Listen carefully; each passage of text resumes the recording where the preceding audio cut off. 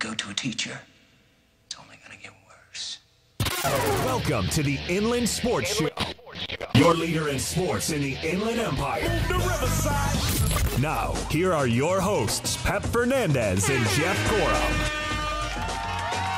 Welcome to the one and only Inland Sports Show on Fox Sports IE 1350. Hope everyone's enjoying their MLK holiday out there on this Monday, and it's a huge Monday for local sports, Jeff. Coming off the Inland Empire All-Star Classic, we just named our Mr. Football as well. And then, of course, those NFL playoff games, which were absolutely insane over the weekend. First, let's start with the Inland Empire All-Star Classic as we go over our Inland Sports headlines. It was the Riverside County All-Stars pulling off the 49-24 victory against the San Bernardino team. And it was the MVP, Jonathan Jefferson. Citrus Hill, he's a quarterback, but looks like a running back. And I think on the broadcast we compared him to like a bowling ball, man. Just strong. He's going to bowl through that defense. MVP honors, 150 yards on the ground, 2 touchdowns. And Jeff, we got him live in the studio. I know. I'm looking right at his trophy, and I took a picture of it because it's pretty sweet. Yeah. In fact, I got to get a picture with John and the trophy here in the studio. That's going straight to Instagram and Twitter. We'll get that out there. Yeah, pretty sweet. So big win for the Riverside County All-Stars to the NFL. And I know everyone was talking about it on social media because it hits real close to home. Not too long ago, we were covering Marcus Williams at Roosevelt High School. Yes. And yes, he we was were. the guy infamously on that play. So Case Keenum hits the 5, went in for the touchdown, right? Yes. And it happened so fast, and all the TV cameras were on Diggs in the tunnel. And the first thing I was thinking about, the first thing that crossed my mind as Diggs was in the tunnel, because again, it happened so fast, and I'm still trying to process what just happened. I was shocked. My first thought was, I really hope that wasn't Marcus Williams. So then they start going back to the replay, and I'm like, oh, no, you cannot be serious. It's our guy. It's Marcus Williams. I felt so sick for him. He's such a good guy. He actually addressed the media after it. He didn't shy away from it. He got in front of the cameras and the microphones. He talked about it. Talks about the character of Marcus Williams, the former Roosevelt High School star, the Corona native. He's only 20. He was 19 when the season started. And he had an awesome year. Yes, he played 17. He started 17 games. That's incredible. As a rookie, he just made a mistake. It just happens to be a mistake at the most crucial time, in that young man's career and in everybody's career. It just happened at the wrong time. You feel bad for the guy, but he owned up. If it happened in the first quarter, if it happened during the regular season, any other scenario, be like, okay, well, not a big deal. Yeah, I mean, he just got there too early, and you say, maybe you should have just wrapped him up or whatever, but it's just one of those things he's going to relive forever, but he'll be fine.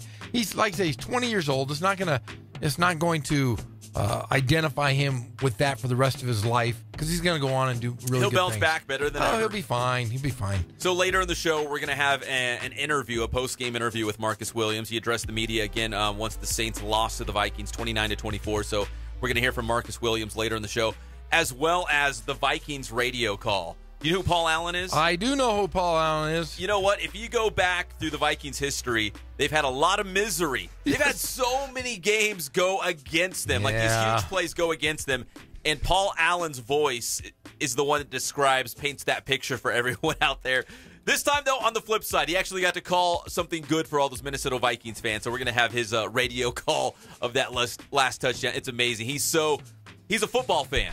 So he's really into it. It's not like a normal, play-by-play guy. He's like a football fan. He's really into it. He screams, he yells, and we're going to hear his call of that last touchdown for the Vikings over the Saints. So in the NFC, it's going to be the Vikings taking on the Eagles, and over the AFC, it's going to be the Jaguars on the road at the New England Patriots. And later in the show, we'll talk more about these matchups, but that's your final four. Hey, who picked the Jaguars, my friend? Who did? Who picked them? Who's got 3 thumbs pointing at this guy? This guy right here. I called it. That was the one that I called. I didn't, of course, I went against Mo Brady just because I had to. But, Are you going against Mo Brady's brother this week? You picking against Tom Brady and the Patriots? No, I'm not going to. I'm not stupid. He's already won. They're going to win again. You got Jacksonville through one round. That's one round that most people would that's consider. enough. That's enough. To basketball now, and it was a tough one on Saturday night as UC Riverside lost to Long Beach State 75-68. So the Highlanders still searching for that first Big West Conference win of the season, now dropping to 0-4. They've got Northridge coming to town on Wednesday night. Jeff, you and Cullen called the game, and it was close. Again, we say that every single game. Like a broken record all season long. It was close, just not enough. Yeah, and it is tough because it's the 11th straight loss, regular season conference game loss that they've had, and they've been so close. Being a fan, we're around these guys. It's kind of hard not to be biased. We really like Coach Bell, and we see how much the guys really buy into it. They're without Dikembe Martin for rules violations. It's going to hurt them for the next few games until he comes back. Well, only one team will be left out of the Big West Conference tournament. Yes. So with Northridge coming to town, who's winless in conference play, and UCR's winless in conference play, this is like a playoff spot. Yeah, in fact playoffs. Yeah, Cullen and I discussed this before the game. There was, last game was a must-win game. You're playing at home. You got to protect home court advantage, and you're playing against a team that has a lesser record than you guys, than UC Riverside has. You got to beat them at home, and you got to beat them soundly because you're going to have to play them. You're going to end up playing them on the road the second round. You got to beat them at home, especially a last-place team. And meanwhile, across the freeway, a huge win for Cal Baptist on their home floor against rival Azusa Pacific, 75-69. That catapults the Lancers right back into the conference championship conversation. Callie Dioff, 23 points, 12 boards. The big man had a big game. And they're back in action tonight. Another Monday night conference game over there at the CBU Events Center as they take on Hawaii Pacific. Yeah, I mean, this Monday stuff must be nice, like Monday night basketball over there. They got Chick-fil-A on campus. Cullen was telling me all about Cal Baptist. They have a Chick-fil-A on campus. I should do. That's where I'd be hanging out. I would never leave. They have all kinds. He said they have all kinds of food places, and we're going to have to get out there to a Cal Baptist game because they're ranked number 24th in the country. Yeah, they're all, and that's coming off that. Remember that road loss to Dixie State? They bounced back, obviously, in a big way, and we'll see if they can climb up those rankings a little bit more. Coming off, again, a big win against your rivals, always good, but APU was in first place. They only had one loss in conference play. Now CBU, APU, and Dixie State all have 2 losses in conference play. So, again, a log jam at the top of the Pac-West Conference, but you got to feel good about CBU, especially beating APU like that. So, yeah, you really do. Cal Baptist Coach Croy's got a finely tuned machine as they head deeper into the league here, conference play. All right, coming up here on the show, we've got Jonathan Jefferson, the MVP of the 33rd Annual Inland Empire All-Star Classic. We're going to talk to him. He's also our Marines Recruiting Station Riverside Athlete of the Week.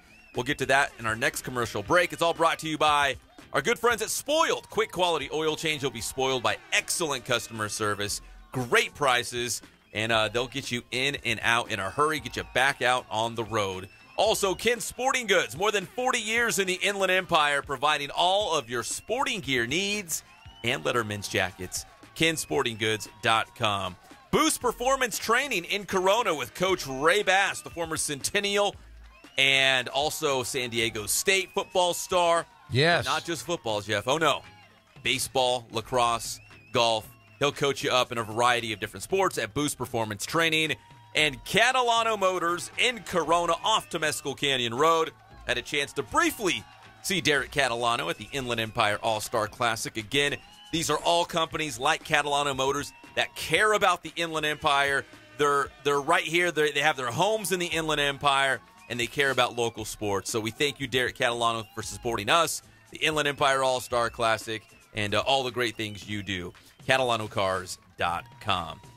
Jeff, we're going to get the MVP up next. He got the trophy. It's a sweet trophy. We're going to take pictures with it. Closest I'll ever come to an MVP trophy. You were never an MVP?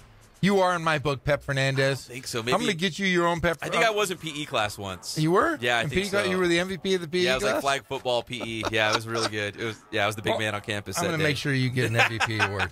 All right, we come back. The MVP, Jonathan Jefferson. It's the one and only Inland Sports Show on Fox Sports IE, 1350 AM.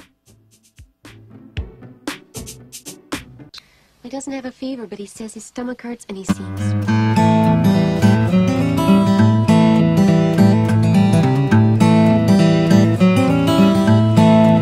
We focus on the customer here.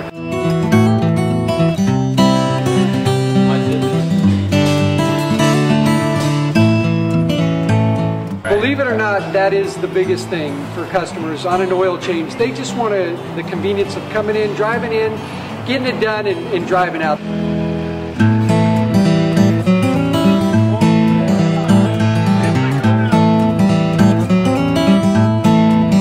We just greet them, get them going, and they're done in about 10 minutes or so.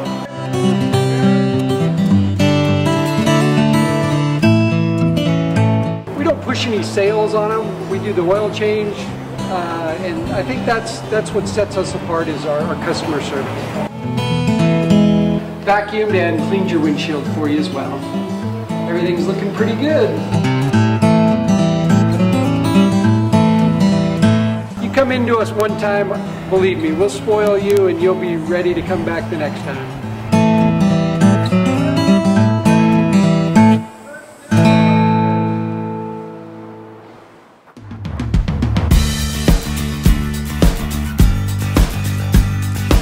We're a small family-owned, strive for quality pre-owned vehicles. We're not a volume dealer, and we take every deal as personal to us.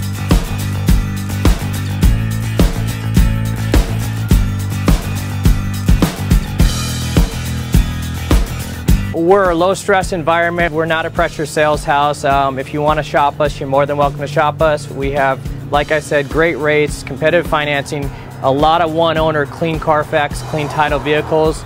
As you see, we have Carfax everywhere. That's most important to us, to educate our customers before they make a purchase.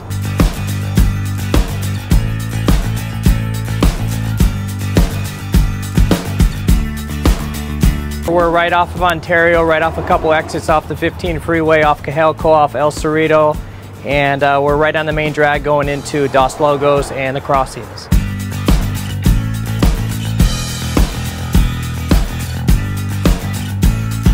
We have great financing, we have great lenders that we're using. We do buy, sell, trade, cash for your car. Whatever we need to do to help accommodate the customer, that's what we're here for.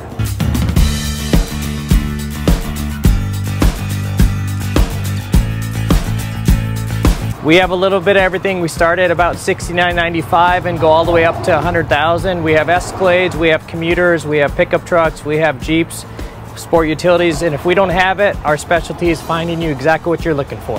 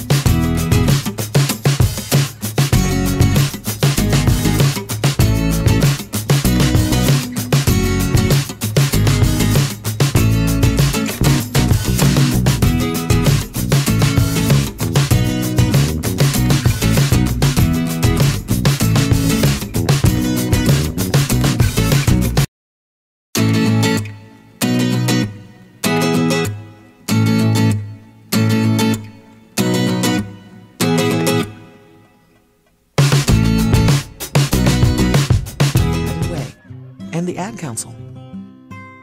I'm walking down the street, minding my own business, just walking along, feeling good. I walk around the corner, man woke up, hit me in my chest, right? I fall on the ground, right? And I look up, and Dr. Martin Luther King, I said, Dr. King. He said, oops, I thought you were somebody else.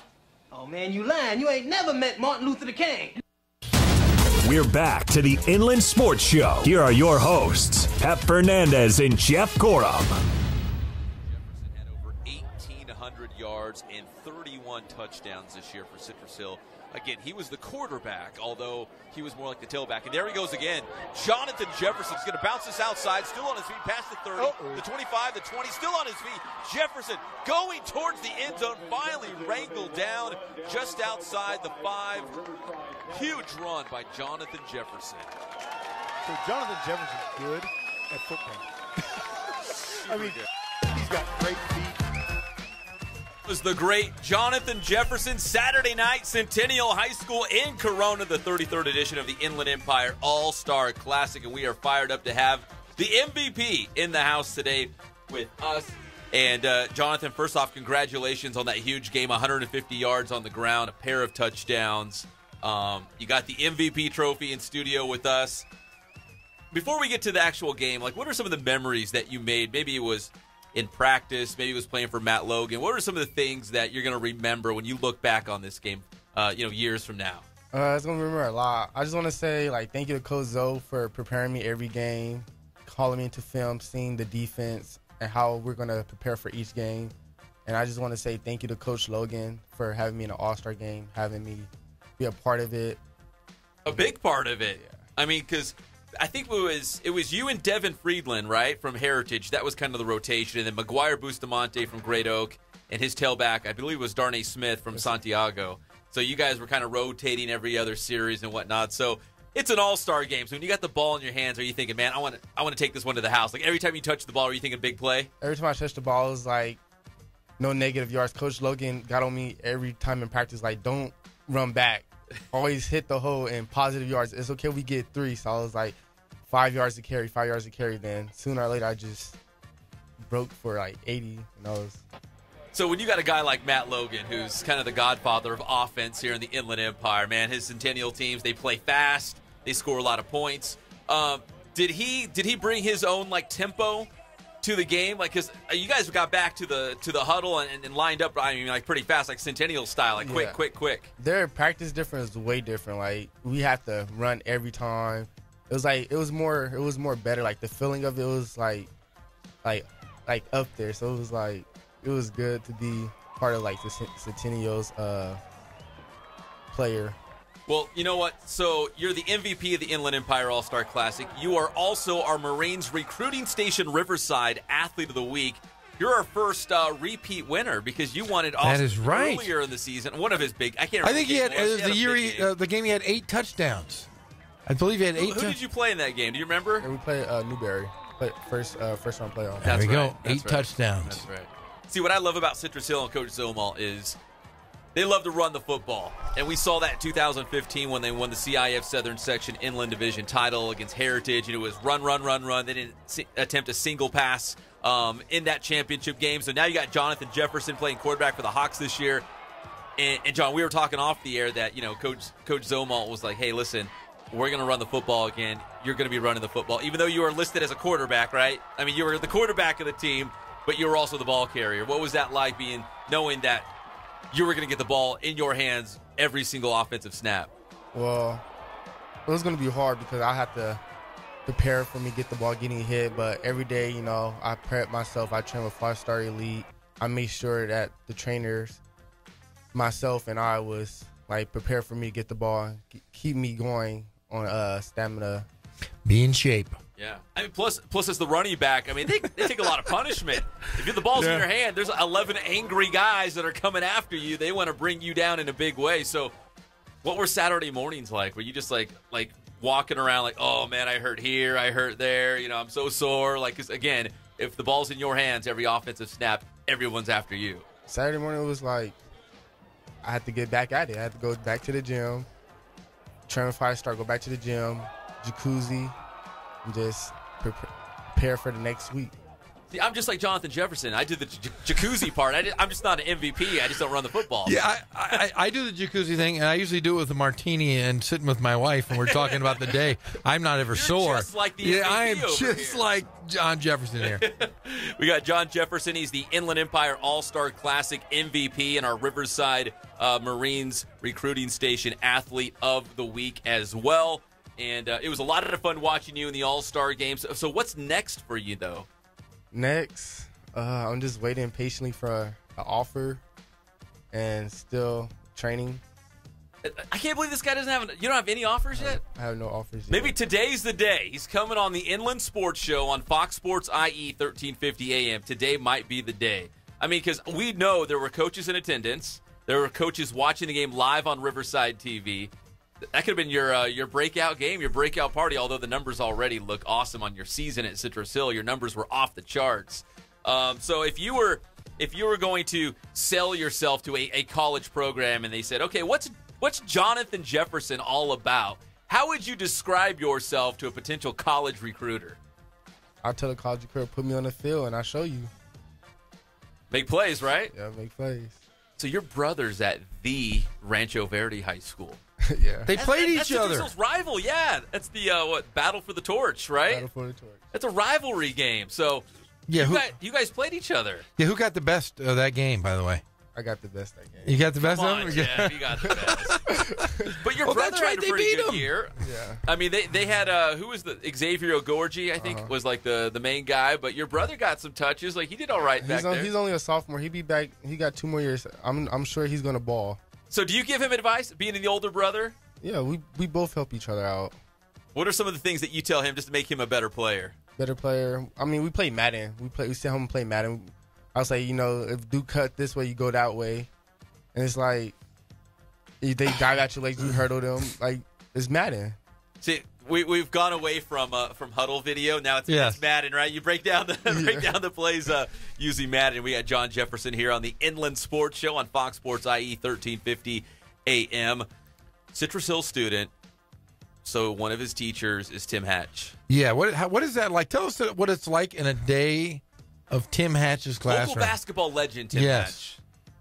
Coach Hatch is he's like a god. Like he's a cool coach. Like he's a cool coach, and like when you need is he really cool? Yeah, yeah. Like, when you need somebody to go to and advice, if anything, and having issues, Coach Hatch is always the coach to be there for you. Like he goof around sometimes, but like when it's time to be focused, he's there for you. Well, if you need a guy to lean on, you can lean on Coach Hatch. He's going to be there for you. Yes, right? sir. He is a good guy. I don't know if he's cool, but he is. There's nothing cool about him. He's one of my best friends in the world, but there's nothing cool about him. He just tells everybody he's cool. Do you know how many times you attempted passes this year? Like, can you count them like on 2 hands, maybe 1 hand? Did you throw any touchdown passes? I threw 1 touchdown pass. That was to Amir Slayton. Do you in practice, would you go to Coach Zolma and be like, come on, man, everyone knows they're going to pile into the box. They know I'm going to run the football. One of these times, let me air one out and see what I can do here. Yeah, Coach Zolma said if I see something, I could check out of it, give the receiver a head signal. Like, hey, get ready. I know I never throw the ball your way, but it's coming your way. Yeah. Did you like to throw the football a little bit? No. You just want to run. What did you play growing up? Were you always a running back? No, I always played quarterback, wildcat. Did you? Yeah. So direct snap. In fact, I don't know if you heard our show last week, but I was telling Jeff, in high school I covered Ryan Matthews, who was the former San Diego Chargers running back. He's with the Eagles. Same thing. He was just such a great athlete, a great running back. The coach was like, you know what? Light bulb went off. I got a great idea. Why are we hiking the ball to the quarterback and handing it off? Let's just, hike the ball, snap it directly to Ryan Matthews, and just let him run. The whole stadium knew that Ryan Matthews was going to get the snap and he was going to run. Everybody knew it was coming, but they just couldn't stop it. I was like, Jonathan Jefferson's like the next Ryan Matthews, like the same thing. The whole stadium knows you're getting the snap. Mm-hmm. It's going to be in your hands, and you're going to take off and run. But if you can't stop it, you're not going to stop doing it, right? Of course. Was that kind of the philosophy, like until another team can show that, what? They can stop it, yeah. Well, when I thought about running the ball, I always say 5 yards to carry, 5 yards to carry. 3 is good, but 5 is better. So as a running back, I say 5 yards and keep on the ball. That'll keep the chain gang moving, right? First down, couple plays, first down. What was your longest run of the season? Do you remember that? My longest run of the season was probably about 80 yards. You got a good breakaway speed? Yeah, I got it. What was the run in the All-Star game? That one we just watched was like, what, I don't know, 50-something maybe? Probably 60. Yeah. Yeah, and I was a little disappointed. First time I had seen it, I'm like, go. And then somebody got you? What's the deal with that? You're supposed to score. Yeah, I was just watching. Oh, he's going to go all the way. He's going to go all the way up. He got it in the end zone. Oh, yeah, I was depressed. I saw that. I was all excited for you. And then I saw somebody tackle you. So of all the guys at the Inland Empire All-Star Classic, was there a guy that you kind of bonded with from another school that, you know, because sometimes you go to an All-Star game and you might see, I don't know, a guy from Rancho Verde that you don't know, or a guy from Heritage or Centennial. I've seen a lot of kids I played football with over the years. But some of my friends, Sean Dorso, Trent Fudgeson, and Jeremiah Wilson, Adrian Sandoval, like we all came from Citrus Hill, and we just wanted to put our school on the map and say like we made it and we could ball. We all could ball together. Now, Sean Dorso, who's a ball hawk, had 13 interceptions. Yeah, he led the state, right? Led the state. He also had one in the IE All-Star Classic. I mean, so you got him, you got Jonathan Jefferson. That was an awesome Citrus Hill team, but it was Rancho Verde that won the CIF Southern Section title in that division. Is that kind of weird? Like, you see your brother, you know, he wins the championship and all that stuff. You guys beat him head-to-head, but he ended up winning the championship. So I know you're probably happy for him because he's your brother, right? But it was kind of weird because you're a Citrus Hill guy. I mean, how did that work inside the household? I mean, it was nothing really to talk about because, like, we already know, like, we should have won that game against St. Francis. But I was still supporting him. I said, you know what, I'm going to still go to your game, support you. It's nothing with me, but I'm going to still support you at the end of the day, and I'm going to be at their game against St. Francis. And I want you to ball out for yourself. And that's what he did. Got a little revenge for you guys, right? You know, it's like, hey, man, we came up a little bit short against St. Francis. Now you guys get a crack at them, you know, finish the job kind of a thing. Yeah. So then they played Cajon, and the wheels kind of fell off there. Cajon's really good, though. Yeah, they're pretty good. They had some really good players. But it was a great season for Rancho Verde, and as well as for Citrus Hill, another Mountain Pass League championship. You guys just rolled through the Mountain Pass League and in Route 2. What was it, the quarterfinals when you saw St. Francis? It was a quarterfinal game, right? Quarterfinals, yeah. Yeah, so it was a great run, again, by Citrus Hill, year in and year out, one of the top teams here in the Inland Empire. So at the next level, Jonathan Jefferson, are you a quarterback? Are you a running back? I'm an athlete. I could do it all. I could play defense, too. Did you ever play defense for Zomalt at Citrus Hill? Yeah, JV year, though. And then he's like, no. No, too many snaps. Yeah, that's a lot of work, you know, playing on both sides of the football. Go ahead. I was going to say, could you see yourself maybe playing like a slot or anything like that, possibly? Yeah, I could play slot. Linebacker, safety. Safety. See, we're trying to sell you here because people are listening. We got to get you that scholarship. By the end of the day, before the sun goes down, yes. we want to see an offer here for Jonathan Jefferson. Yes, sir. Is there a guy in the NFL currently that you look at him and you're like, you know what, we have a similar style, or a guy that you just simply look up to and say, you know what, he's a great running back. I love the way he handles himself. Like that's the kind of guy I want to be. Anyone in the NFL right now, running back maybe? I'll probably say Ezekiel Elliott because like he's a little bit taller than me, but we're built the same. Like big, thick, strong guy. Yeah. We both like to hurdle guys, so it's like. Did you hurdle anyone in the All-Star game? Yes, he did. Did he? I tuned in. Yeah, in fact, he made a good run and then tried to hurdle a guy. The guy stopped him, but he was flying like Superman in there. Yeah, I watched it. I did see that. I did. You tuned into that part, right? Yes, I did. I did see him hurdle somebody.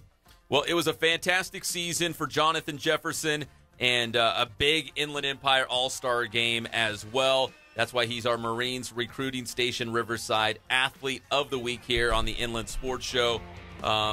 There's some video highlights if you're watching us live on the channel right now. Again, 150 yards in the 33rd Annual Inland Empire All-Star Classic with 2 touchdowns. And, Jonathan, let me ask you, because going into the fourth quarter, I think it was 21-17. Like, it was still like a 4-point game. It was still pretty close. And then you guys just stepped on the gas in the fourth quarter. I mean, what was different in that last quarter as opposed to the first 3 quarters of the game? Did you guys do anything differently to build that big lead? No, the first half is the first half we prepare, see how the field, the game, how's the defense going to flow. Then fourth quarter, it's time to ball. Like you gotta go. So the fourth quarter is when it matters the most, right? Yeah, fourth quarters matter the most. That's when the playmakers make plays, man. The biggest names making big plays. And certainly in the 33rd Annual Inland Empire All-Star Classic. Jonathan, congratulations. Thanks for bringing the trophy in. And when you get that first offer, let us know. Thank you. And we'll see what we can do. We'll work our connections here and see if we can get anything else going, right, Jeff? Yes, Jeff knows people. I'm gonna reach out to everyone I know and say, get this guy a scholarship. But like I say, running back, quarterback, slot, and defense, anything. He just wants to play football. Did you ever punt? Did you ever kick? Yeah, did you ever do any of those fun things? No. Nothing? Everything else he can do. He's good at anywhere else on the field. You could be a long snapper. That'd be sweet. That's what I still want to do. I think I could be a long snapper. I've known guys who they're specialized. That's all they do is long snap, and they have these long careers, and they make a ton of money, and all they do is long snap. Is there a chance a 47-year-old could still be a long snapper? With my size, I'm pretty big. I'm large and in charge. You don't have to be big, though, for a long snapper. Like a center, you know? They don't have to be real tall or anything. 6'8", 285, and the I can biggest long snapper in football in history. Tell your brother we said hello. I will. And tell him not to rub in that CIF title too much on you. Because, again, you've got the MVP trophy and a Marines Recruiting Station Riverside Athlete of the Week award. He's got the CIF title, and that's nice and all, but you got two big ones, too. So thank you, Jonathan. We appreciate it. Congratulations on the season and the MVP award at the Inland Empire All-Star Classic. Thank you. All right, we come back here on the Inland Sports Show, Fox Sports IE 1350 AM. We'll talk a little more high school football from the Inland Empire All-Star Classic. We'll also talk about those NFL playoff games, and we're going to touch on UCR and CBU hoops. Both another big week for the Highlanders and the Lancers. That's coming up. It's the one and only Inland Sports Show on Fox Sports IE 1350 AM. Lemon shrimp.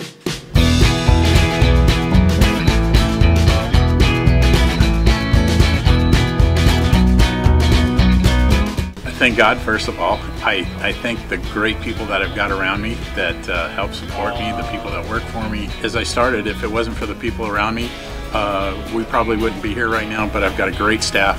I've got great people that do stuff for us outside the store, and we've been very, very fortunate.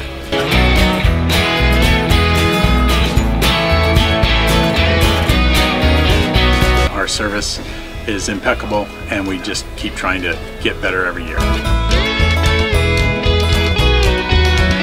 We can do online stuff for your teams, as well as, like I said, the screen printing, the embroidery. We also have 3 women that do extra sewing for us, like tackle tool on uniforms, or the bling or rhinestones for different shirts for the ladies.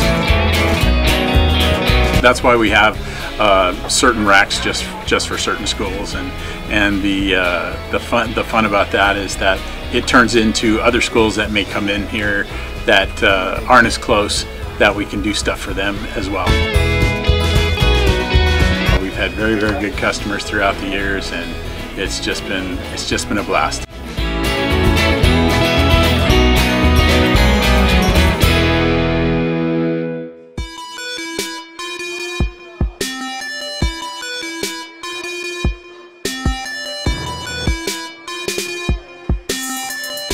I played once upon a time at Centennial High School. I was actually on the first ever CIF championship team back in 2000, and then my senior year we won it again.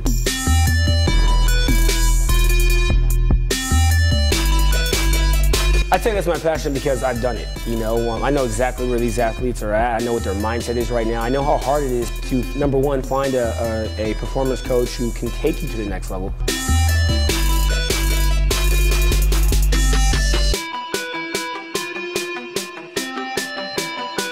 What sets us apart has to be, you know, how we work with our athletes and what we know.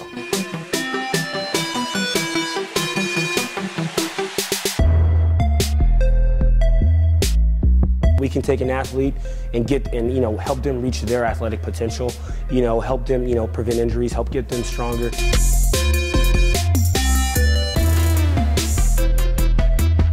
I know every single athlete who steps into this gym. I know exactly where they're at, and I'm going to progress them every week. If you're not getting results, then, you know, really what's it about? We're going to deliver something that's measurable, you know, in terms of speed, power, you know, strength, agility.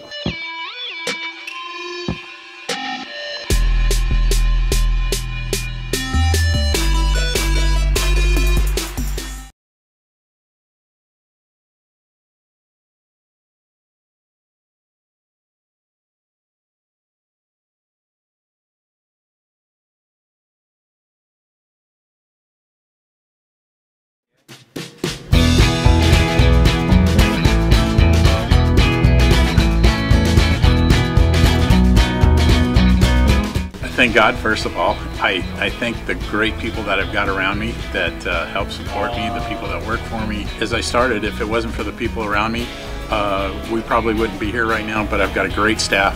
I've got great people that do stuff for us outside the store, and we've been very, very fortunate.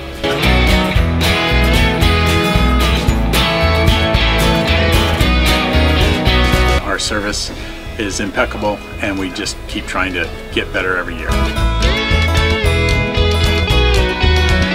We can do online stuff for your teams, as well as, like I said, the screen printing, the embroidery. We also have 3 women that do extra sewing for us, like tackle tool on uniforms, or the bling or rhinestones for different shirts for the ladies.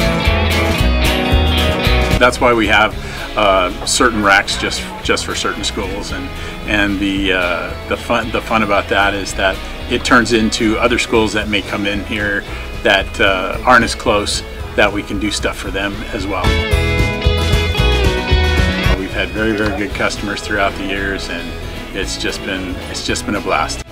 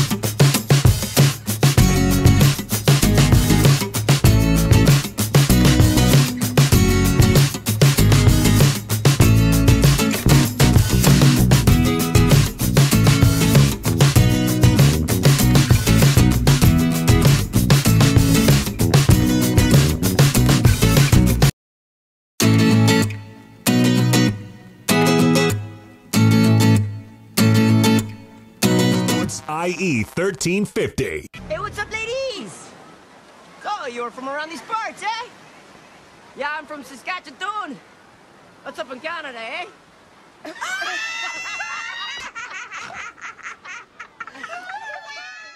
Now back to the Inland Sports Show. Here's Pep and Jeff. Just a big mistake. You just got to be able to, you got to take advantage of it when they do that kind of stuff. 10 seconds to go. 24-23 Saints. Vikings at their own 39. It's third down. 3 receivers right, Thielen left. Marshawn Lattimore 12 yards from Adam. Case on a deep drop. Steps up in the pocket. He'll fire to the right side. Caught by Diggs. Stay oh, alive. He got loose. Oh, my God. 30. No way. Touchdown. Are you kidding me? Miracle finish. It's a Minneapolis no miracle. Way. Stephon Diggs and the Minnesota Vikings have walked up on the New Orleans Saints. It's a 61-yard Minneapolis miracle. Oh my goodness. That's how it unfolded yesterday in the Twin Cities. Marcus Williams, unfortunately, was the guy who's going to be remembered on that play. Forever. Tackle. I mean, you hate to say it, that's Buckner. That's Buckner-esque right there. He's always going to be remembered for that. And it's tough because he's only 20. He was, like I said, started the season at 19 years old in the NFL. Started 17 games as a rookie. And then just to have that last play, which you think, he was trying to keep him in bounds if he tackles him, because if he stays in bounds, the clock runs. Even better, though, the receiver has the thought process to catch the ball and go to the end zone rather than run out of bounds. That was both ways pretty tough win, tough loss, to say the least. Yeah, when Stephon Diggs caught that ball, because remember, I could have gone out of bounds. Was thinking, okay, just get it downfield, get in field goal range, and hit the sideline. Get out of bounds, stop the clock. And when he caught that ball and he spun around, I think he was thinking, I'm going to get out of bounds, and then there was nobody there. Nobody there, and really a smart play by the receiver. Really, if you think about it, he was told to go out of bounds, but what do you do when you see an end zone? You go, right? No one around you. Oh, yeah, but tough call. I think there were a couple guys that tweeted out about him not making that tackle. more positive stuff. Coaches at Barile, I know was. Yeah, Coach Barile was his high school coach at Roosevelt. Yeah, tweeted out, hey, he's a great guy. He's going to learn from this and just get better and better. So, it is tough. He's 20-year-old player starting out there and just you feel bad for the guy. We're going to hear from Marcus Williams in just a second after he addressed the media last night after that loss against the Vikings. But he did tweet something out less than an hour ago. It says 47 minutes ago on my Twitter feed. This is from Marcus Williams. I appreciate my friends, real fans, family, and team for everything they have done for me this season. All of the support is highly appreciated. No, the season didn't end as planned, but one thing for sure, I won't let one play define the type of man or player that I am or will be. So he's planning to bounce back, and I know he will. It's just, man, that is just tough. That was, again, when I saw the whole thing unfold, and it happened so quickly, I was like, I can't believe it. I was still in shock. I didn't know if that was that legit. Did he step out of bounds? There was time on the clock. I knew there was time on the clock. But it happened so fast, and the TV cameras all followed Stephon Diggs because the celebration began. That was like a walk-off home run. I mean, that was it. It was over. And the cameras were all on him, and the whole time I'm thinking, because we've talked about Marcus Williams on this show before for the Saints, the whole time I was thinking, I really hope that wasn't Marcus Williams. It happened so fast, I didn't see who it was. I can just say this, and this is horrible. I watched the whole game, and I watched him because he's number 43. That was my basketball number. So I, of course, have known his number all year long. And I saw the play, and I said, oh, it was 40. It was 43. Oh, and I was like, just in my head, I was like, oh my God, I knew right away. And I think I texted you, and I said, oh. It was just that one game. I was so excited for the play because it was a great way to end it. Then I said, oh, local man down. And I was like, that's just depressing. Very sad. Even going back to about 3 minutes left in the game, it looked like the game was going to be over several times. So Kamara had that touchdown catch for New Orleans with like 3:01 to play. And I'm like, okay, this one's over. The Saints are going to hold on these final 3 minutes, and they're going to advance. Then Kai Forbath hit the field goal like 53 yards, like a Viking playoff record. And I'm like, okay, wow. Minnesota came back. What a game. They're going to win. This is pretty cool for Case Keenum. And then New Orleans came back and kicked the field goal. I'm like, wow, what a game. This is like one of the best games ever. Congratulations to the Saints. They're moving on. And I was like, well, 20 seconds. I mean, come on. Let's all be realistic. Nobody thought, okay, the Vikings are going to come down and score, It was like the immaculate reception right there. I mean, it was just one of those things. You go, holy smokes. It's like playing street yard football. Is what it comes down to. That's what it's all about. It's what it really felt like. It was street yard football, and the guy gets by guys. People run banging into each other. It was like the clown cars were running around, and guy walks away with a touchdown. So digest this. Case Keenum or Nick Foles will be in the Super Bowl. That's the Vikings and the Eagles. One of them will be in the Super Bowl. And I will say this. Where did they play? Minneapolis. Yep. But where were they quarterbacks before? Oh, the Rams. Yeah, baby. We're going to have a Rams quarterback in the Super Bowl. And we were talking about this is a quarterback league. Man, Tom Brady's like the only big name left. If you would have told me going into this weekend that Ben Roethlisberger, Drew Brees, and Matt Ryan were all going to lose to a bunch of guys that are novices in the playoffs, I'd be like, you are crazy. Are you kidding me? Bortles, he was awesome. When you look at did you see those numbers? He completed awesome. He completed 14 passes. 14. He only threw 14 passes the first time they played, but he completed 14 that time. Man, I'm telling you. That's the thing. Like, everyone's saying, oh, man, well, they got to bring Blake Bortles back now, and he's so awesome. My thing is, can you imagine if they actually had a real quarterback, how good they'd be? You know what I mean? Like, how good would they be if they actually had a real quarterback? They could be really good because they have such a great running game. Yeah. Number one running team in the NFL. Great defense, great running game. They play smash mouth old school football that really the NFL thought was gone. They brought it back. They brought it back, and look what they are on the cusp of possibly making the Super Bowl. Which is crazy. Like, how did this happen? How did we get to this point? We've seen weirder things happen. They could win this week. Okay, so outside of Tom Brady, Blake Bortles, Case Keenum, Nick Foles. Woohoo! Those three guys are in the conference championship games. How did this happen? Blake Bortles, baby. I'm telling you, how cool would it be? I know I hate to say it because everybody loves the Patriots. They all love Mo Brady's brother. But how cool would it be for them to get knocked off and see a rookie running back in the Super Bowl? Don't hate me. Don't hate me, but I want to see Tom Brady in the Super Bowl. You do? I do. I want Mo Brady's brother to go down. I want Bortles to be in it because, hey, I called it last week. It's tough for me, but I'm going to do this. I know I said I'm going to hope and pray that Bortles is in the Super Bowl. Really? Yeah, why not? It's a great story. Why not? You got Fournette's a stud. Why not? I'm a Joe Montana guy, right? I like Montana, but they were never my team. Joe Montana's my favorite quarterback, but I want to see Tom Brady in the Super Bowl again. I would rather watch the Super Bowl and watch Tom Brady than be like, oh, what a fun Cinderella story Jacksonville is. It's you're looking for the pretty picture, but it's the Rams aren't in it. The Raiders aren't in it, as Greg hears. The Raiders definitely. The Cowboys aren't in it. The Chargers aren't in it. Honestly, my son's birthday party's on Super Bowl Sunday. It is? Yeah, my wife. Oh. Come on, Karla. Karla Smedberg scheduled her. You're that family? Yeah. Can I tell you a true story? Yeah, we're that family. Go ahead. Because my daughter had the same thing. Like, she got a birthday invitation. This was, I want to say 2 years ago. Or maybe it was last year. She got a birthday invitation from school, and it said, the party is like Sunday, February 2nd, 2 p.m. I'm like, you have got to be kidding me. Who's the dad in that family that said this was okay? Yeah, I'm on sports radio, and people are going to show up and they go, hey, don't you have a show on Fox Sports? And I'm going to say, it's going to be like, I'm that guy, Smedberg. Karla Smedberg sent out these invitations, and the party's from 1 to 4. Chef, what are you going to do? Dude, no, we're not having that. We're having real meat. No, we're going to have a straight meat. I'm going to have ribs on the barbecue. We have a jumper going on. I'm going to heat the pool, and there's going to be nobody there but moms and daughters. That's it.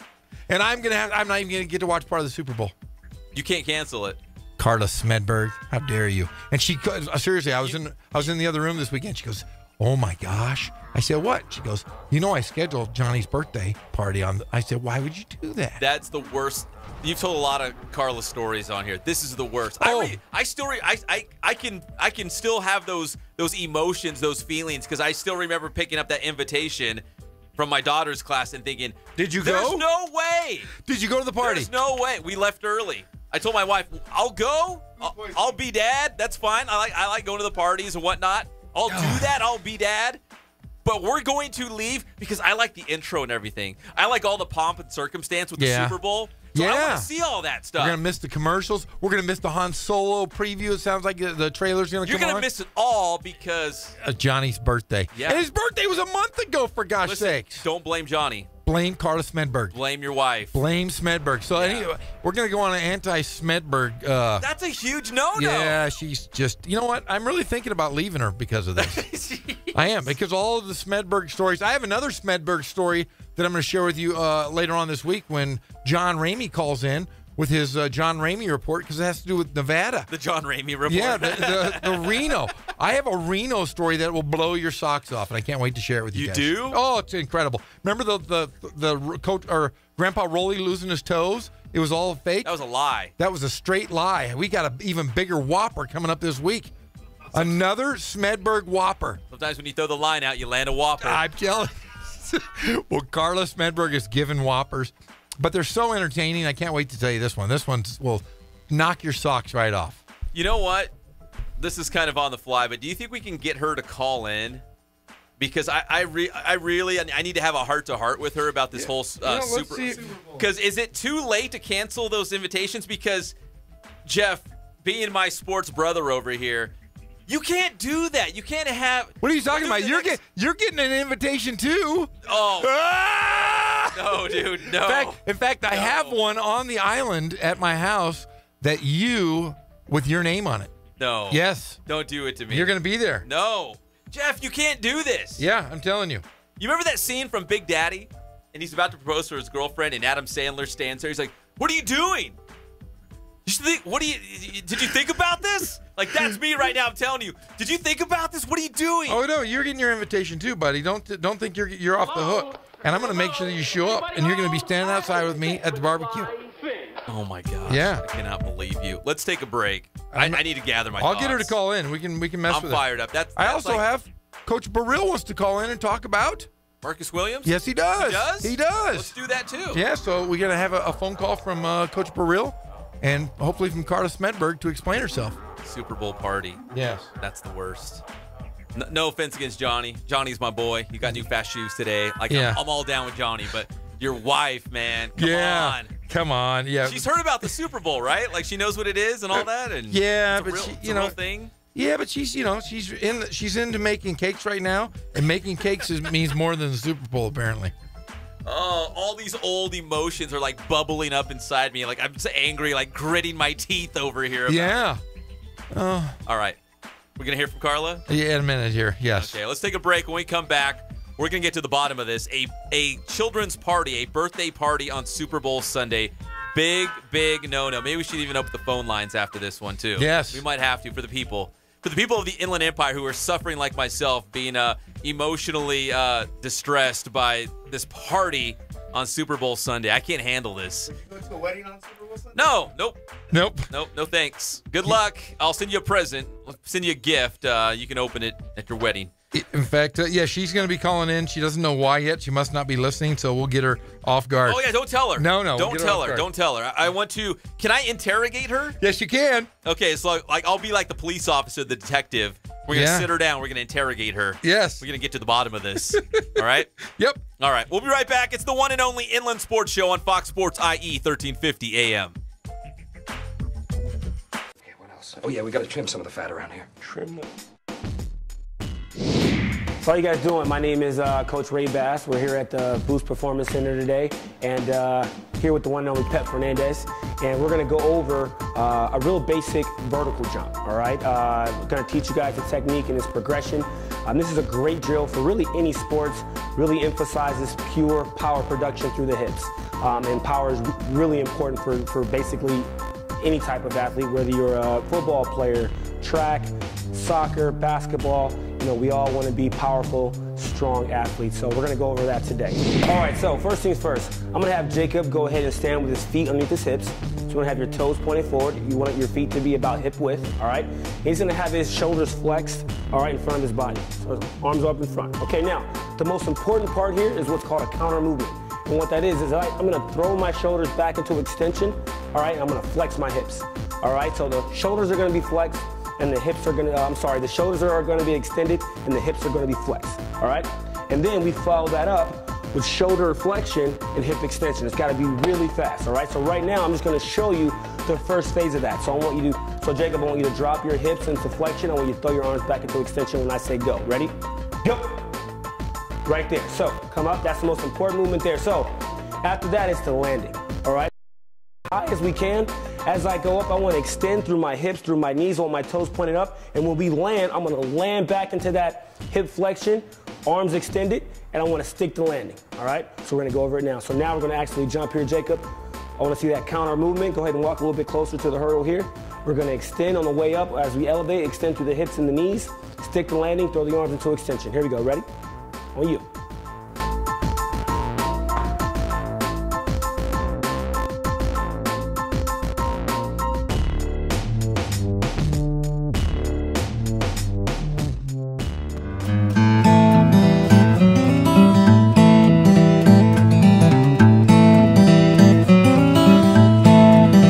Focus on the customer here.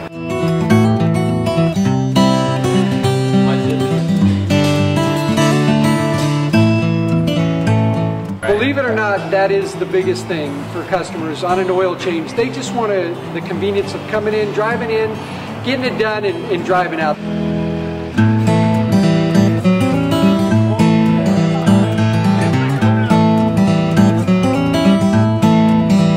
Just greet them, get them going, and they're done in about 10 minutes or so.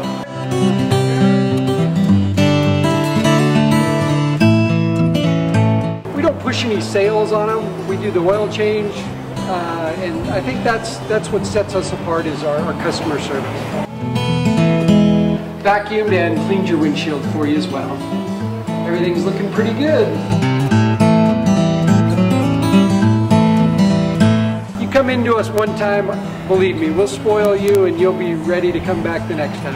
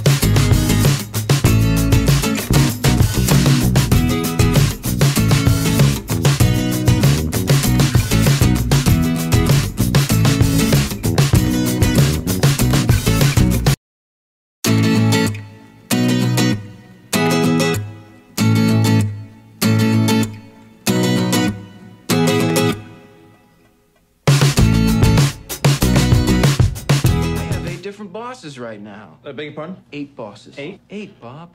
So that means that when I make a mistake, I have 8 different people coming by to tell me about it. We're back to the Inland Sports Show. Here are your hosts, Pep Fernandez and Jeff Gorham. Well, stop whatever you're doing. We got breaking news on the Inland Sports Show on Fox Sports IE 1350 AM. Wait, we have breaking news? This is breaking news, hot off the press. You will not hear this anywhere else. You're going to hear it first. We're going to tweet it out. That San Gorgonio product and UCLA football star Nate Metters is going back to the Bruins for another season. He just texted me. Yeah. Today was the deadline, right? Yes! He had to make a decision today to enter the NFL draft early as a junior, declare for the draft, or not. And today he has decided that he will be going back to UCLA for one more season. Don't get me wrong. The NFL's in his future. It's on the horizon. He's going to be in the NFL, but he's going to go back to UCLA for one more year, which we're fired up about. And they got a quarterback from Washington today. UCLA did. They're on fire, Chip Kelly. Chip Kelly doing his thing. When do you get him on the show, Jeff? You guys? I'm going to get him on soon. You guys are tight. I got one family member on board. Let's see. I don't know about the other one. So we're going to go to the hotline, but again, the breaking news. Nate Metters going back to UCLA for one more season. If we can get him on the show, we're going to do it a little bit later, probably about an hour or so, if we can get him live on the Inland Sports Show. But right now, on the Spoiled Quick Quality Oil Change Celebrity Hotline, it's Jeff's wonderful wife, Karla. Karla Smedberg! Hi, guys. What are you doing, Karla Smedberg? I hear little children in the background. We're at the park playing. You're at the park? God, you're such a good mom. You really are. Except for Pep has something to say to you. Playing birthdays. Hey, Pep has something to say to you about this. Hi, Karla. Hi, Pep. How's it going? Good, except I scheduled a birthday on Super Bowl. What a dummy. Were you reading my mind? What a dummy. I can't believe I did it. Karla, I got to be honest with you because you're like family now. A similar situation happened in my daughter's class. It was either last year or the year before, and I got the invitation, and my wife put it on the refrigerator, and I took one glance at it, and it was like, February 2nd at 2 p.m. That's Super Bowl Sunday. Like, what are this mom and dad? Are they trying to get, like, nobody to come to the kids' party? Like, nobody's going to show up. I'm sorry. I got all this built-up emotion, like, bubbling out of me right now. I just can't believe you did that to little Johnny. Hey, did you tell... I know. Just go ahead and vent. I deserve it. Hey, I'm such a dummy. I can't believe it. Did you tell Pep, though, that he's invited too? Pep's got to show up. He just said it. We're like family. You got to show up. You used that line. That's my line. Yeah! That's my line. You turned that around on me. Nice job, Smedberg. I love you. Jeff didn't give you your Spider-Man invitation? Not yet. I left you better not. I am. You better leave that at home. Tomorrow it's going to be there. Is there going to be a Kylo Ren pinata with no shirt on, like from The Last Jedi? No shirt on Kylo Ren. That's for me and Jeff later. Whoa, it's not for me. Whoa. Yeah, wait a second. Ew. Yeah, that just creeped me out. I don't want to even see that. Is it a David Schwimmer themed party for little Johnny, or what's the George like in the pinata? What's the theme, Karla, for the party for Johnny's birthday party? Spider-Man. It's all Spider-Man. Is Jeff going to be a Spider-Man? Yeah, I'm going to be the overweight Spider-Man. I'm going to show up and go, hey, guys. Yeah, like one of those spandex suits. I'm going to walk in smoking a cigar. I'm like, hey guys, I'm Spider-Man. Do you want to see me walk up a wall? No, the pinata's going to be filled with pictures of Jeff. Oh, yeah. In various Spidey poses. Yeah, you got some grief coming your way, man, because of the Super Bowl. I know. I'm going to have some pissed off parents. Yeah, I just, I don't know. Like, I hope people show up. I hope they don't. I don't want anyone in my house. I like my inner sanctum being inner sanctum, not for outer sanctum. Then this might play in your favor, Jeff. Well, what's going to play into my favor, Pep? The fact that you want to be alone and your wife scheduled a party on the Super Bowl. Like, there'll probably be some moms there and a couple daughters. Because my son has girls in his class. There'll be some girls there. Got to invite everybody. Yeah, it's going to be weak. I'm going to be making finger sandwiches instead of like real food. There'll be no ribs or burgers. It'll be like. You know what I'm going to do? I'm going to be texting you after every big play, like, "Oh, I cannot." What are you talking? See that? You have to go. That's I it. haven't got my invitation. The invitation. I'm going to send one to your house. I'm We're going to like family now. Did I say? Yes, you did. He has to go though, doesn't he? Now. Smedberg, are you there? Yes. What did you say? Does Pep have to go now? Yes, he's got to go. He's family, he said. Man, that's it. I shouldn't have said that. Hey, are we turning that on He me? said it's like the Golden Girls. The biggest present's going to be from him. Oh, really? Hey, we can heat the pool. We can see Pep in his swim trunks. Yeah.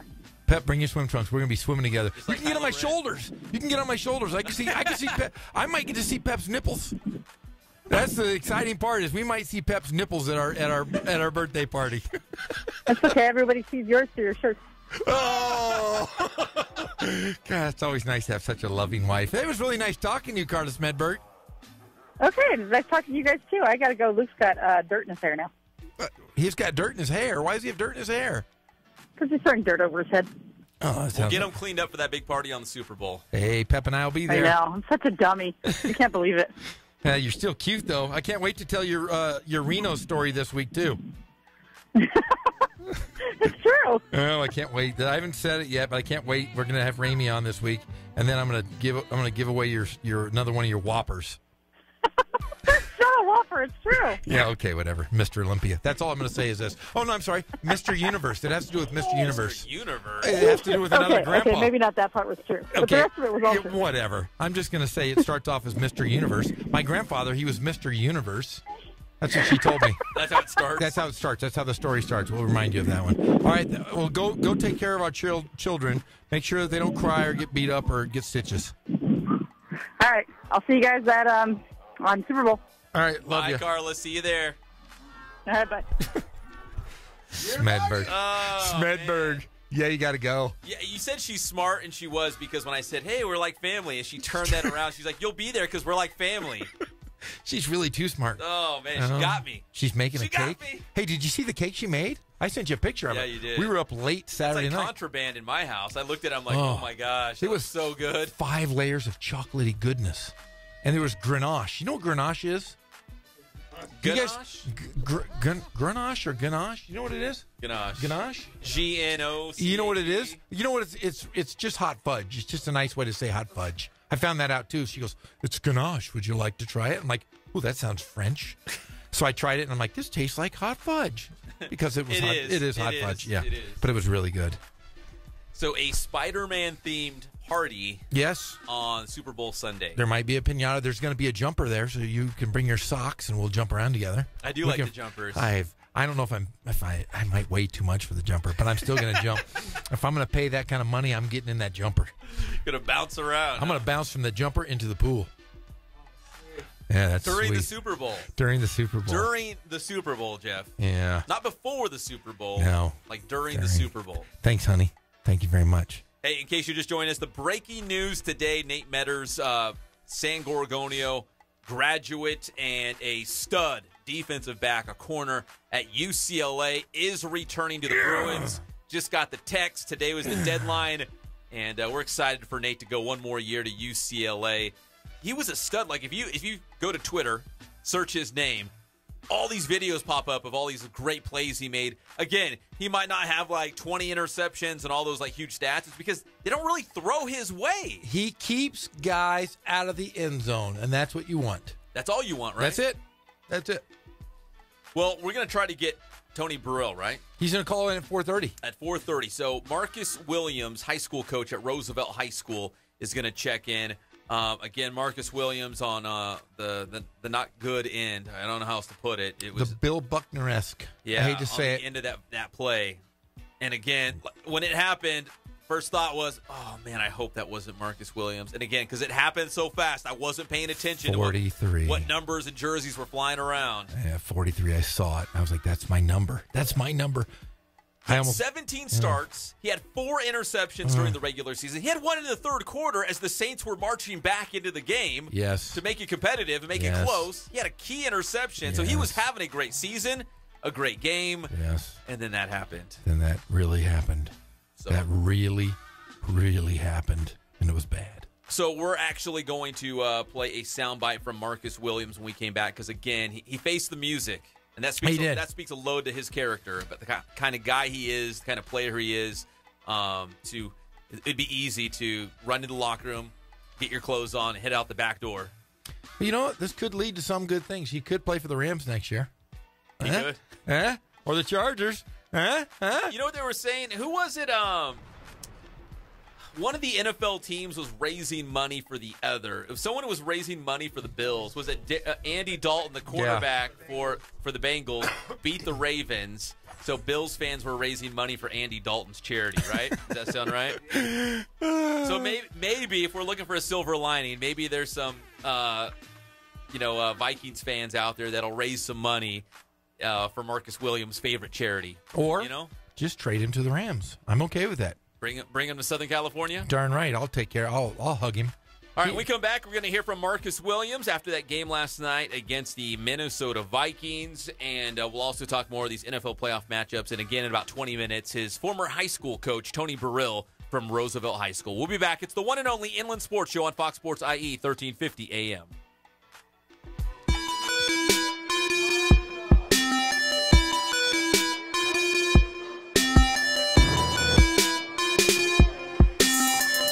I played once upon a time at Centennial High School. I was actually on the first ever CIF championship team back in 2000, and then my senior year we won it again.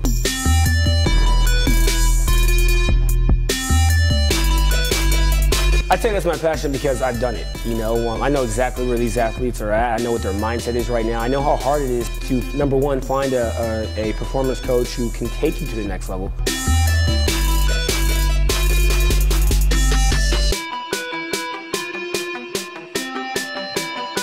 What sets us apart has to be, how we work with our athletes and what we know.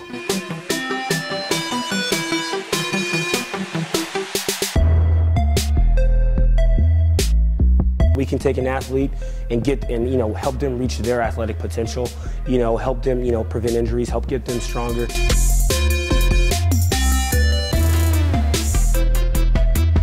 I know every single athlete who steps into this gym. I know exactly where they're at, and I'm going to progress them every week. If you're not getting results, then, really what's it about? We're going to deliver something that's measurable, in terms of speed, power, strength, agility.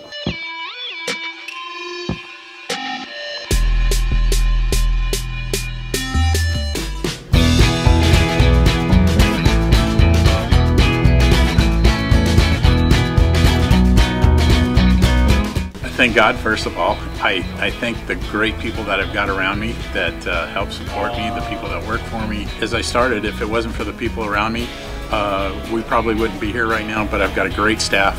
I've got great people that do stuff for us outside the store, and we've been very, very fortunate.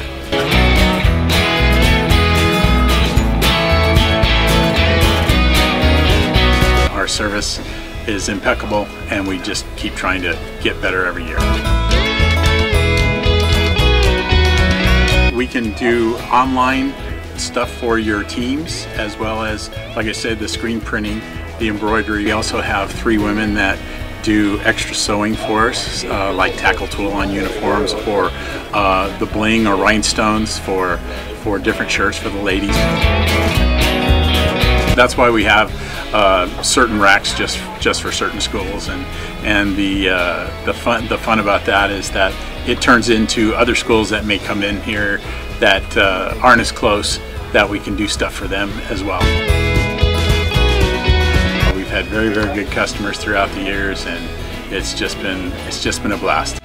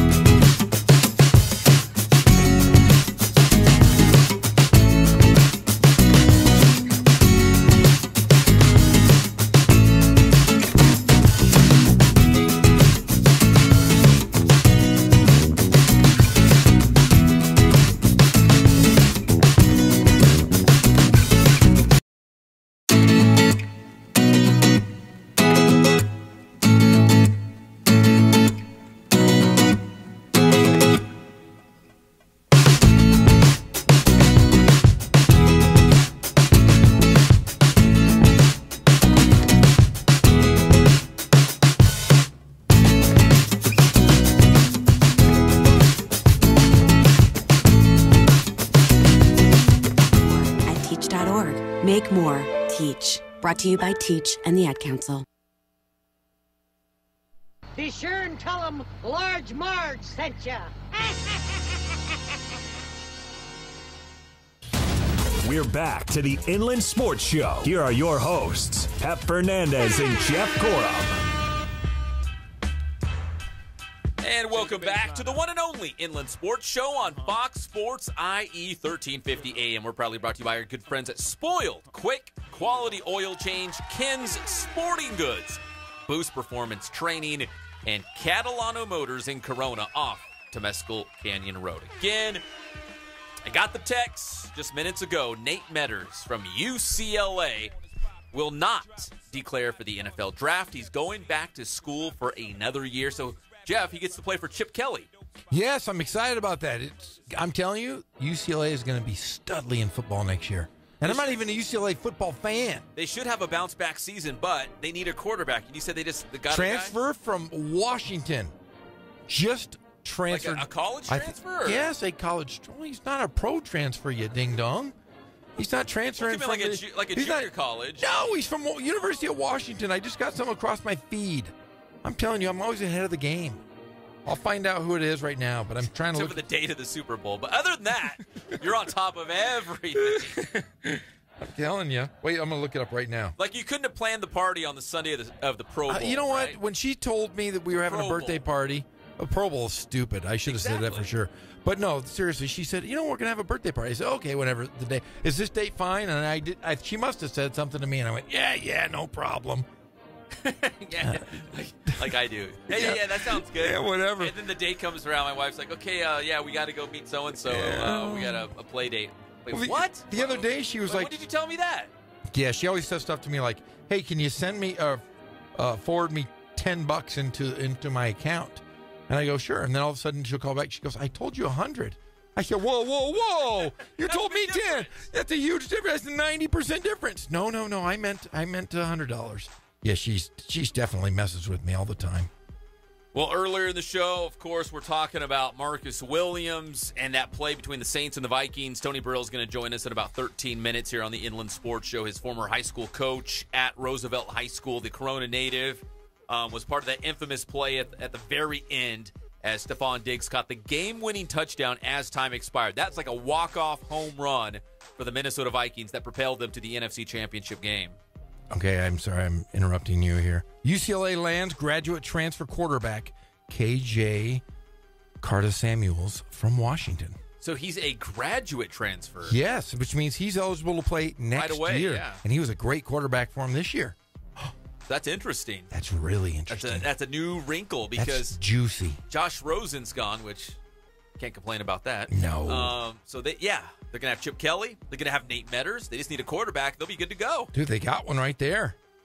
All right, so we heard the radio call from the Minnesota Vikings voice, Paul Allen, and the Vikings radio network.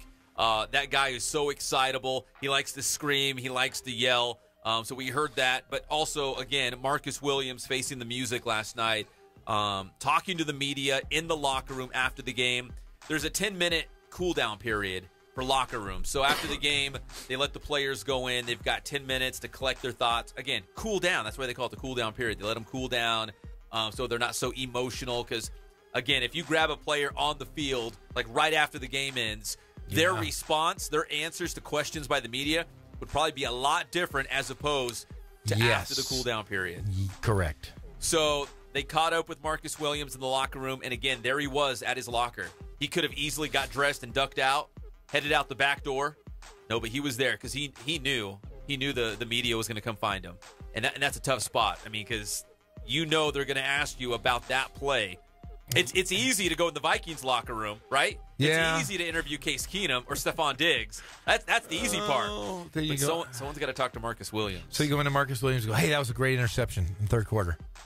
Hey, there you go. That's your maybe star. You soft roll it, like, man, that was an awesome interception, man. You played a freaking great game, man.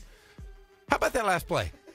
I mean, that's really what it boils down to is what they're saying. Oh, but yeah, I know we can kind of make jokes about it and say he's going to play for the Rams and yada, yada. He's a great kid, and he is a kid. He's not a grown man yet. He can't even drink, for gosh sakes.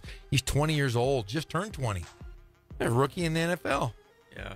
Young guy. I mean, he still has a long career in front of him. And again, if you look at his whole body of work this season, I mean, he was starting as a rookie. He had 4 picks. Like, he is bound for stardom. Like, he is going to be a great NFL player for a long, long time. It's just unfortunate he made a bad decision on the last play. Like, again, it wasn't in the first quarter. No. This wasn't a preseason or regular season game. It was the last play of a playoff game to go to the NFC Championship. Maybe they hazed him really bad this year. And then the last play, he said, I'm done with you guys. You did make me carry all those bags, and I had to cut people's hair. I had to walk through the locker room in a loincloth. Maybe he just said, heck with it. Maybe. No one thought of that one, did they? No, said, you guys, thought of that. this rookie hazing stuff, man, is just not right. And he saw his opportune moment. Said, okay, guys, see ya. I'm going to be a Ram next year. See you in L.A. See you in L.A. Well, Marcus Williams, here's what he had to say to the media following that last play against the Vikings, in which Minnesota won 29-24, and it's the Vikings going on to the NFC Championship game. Here is Marcus Williams, formerly of Roosevelt High School, the Corona native. Instead of tackling him after the catch or anything like that? Man, the play happened how it happened. Y'all seen it. But, you know, if the play happened different, you know, I would just go attack the ball and, you know, make that play. How do you bounce back? Man, just overcome it. You know, you can't let it beat you down. I mean, I'm gonna take it upon myself to do all that I can to never let that happen again.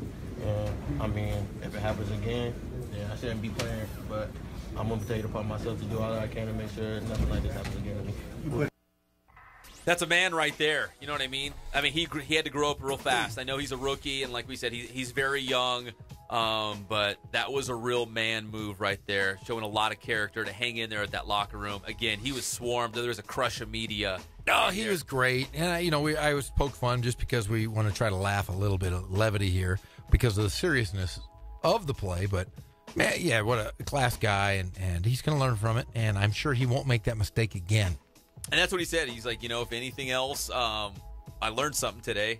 And, like your good friend Yoda said, yes, failure's the best teacher, right? Isn't that what your good friend Yoda said? That's my good friend Yoda said. Am I right? You're right. Failure is the best teacher. Or in that situation, again, you just, at the end of the game, you go, hey, coach, I got a hammy issue. I can't play. you sub. I need a sub, coach. I need a sub. No, he'll be fine. He's a young guy, and as Yoda would say, through Pep. Yeah. Learn from this, you will. Right? Hey, you had a pretty good Yoda. Is it? Yeah, it was Kermit. But, it's Frank Oz. It's Frank Oz. In there, but... It's Frank Oz. The same dude. Dude. Yoda. Jedi Master. It's pretty good. Yeah. I sit around. Jeff complimented himself. I was impressed with that one. Yoda or John Gruden? John Gruden or my Yoda? I like my Macho, but no one likes Macho Man Randy Savage one. I'm the Macho Man, yeah. I love doing the voices. Or, you're going to hit the gap, and you're going to spread it, and you're going to get really in there good, and then you're going to throw it deep. That was John Gruden in the bedroom. You like that? You guys didn't get that one. We're going off the rails here. I'm sorry. I am here Monday through Friday, 3 to 6 p.m. Tips are wanted, my friends. Tips are wanted. I enjoy a good martini. If you want to send that to the waitress, and she'll bring it up to me on stage. Thank you very much. Or you can see Jeff at his house on Super Bowl Sunday. Super Bowl Sunday. Pep, you'll be there. Oh, my gosh, for that Spider-Man party. Oh, I'm sorry. I went off the rails. Oh, man, I'm not feeling well already. Pep, you better be there. Yeah. I'm going to make you a gluten-free sandwich. All right, we come back here on the Inland Sports Show. We're going to take a quick time out when we come back. Tony Barile, the former head coach at Roosevelt High School. He coached up Marcus Williams when he was out there playing his high school football. We're going to hear from him when we come back. It's the one and only Inland Sports Show on Fox Sports IE 1350 AM.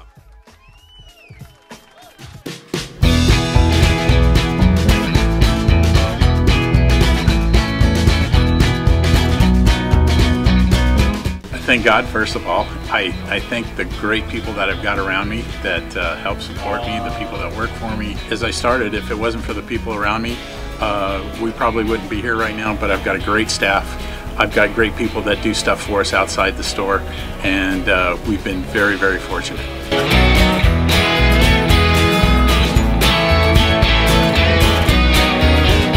Our service is impeccable, and we just keep trying to get better every year. We can do online stuff for your teams, as well as, like I said, the screen printing, the embroidery. We also have 3 women that do extra sewing for us, like tackle tool on uniforms, or the bling or rhinestones for different shirts for the ladies. That's why we have certain racks just for certain schools, and the fun about that is that it turns into other schools that may come in here that aren't as close, that we can do stuff for them as well.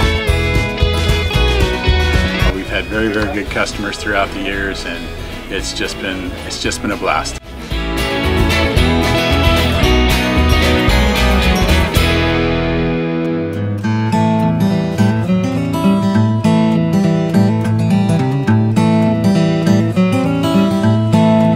We focus on the customer here.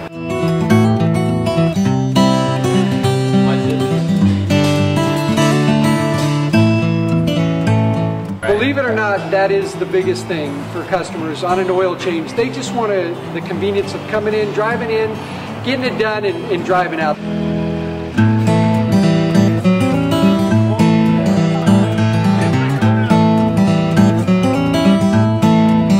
We just greet them, get them going, and they're done in about 10 minutes or so.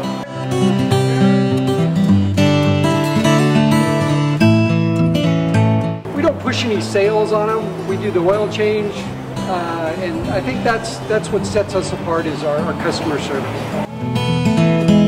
Vacuumed and cleaned your windshield for you as well. Everything's looking pretty good. You come into us one time, believe me, we'll spoil you and you'll be ready to come back the next time.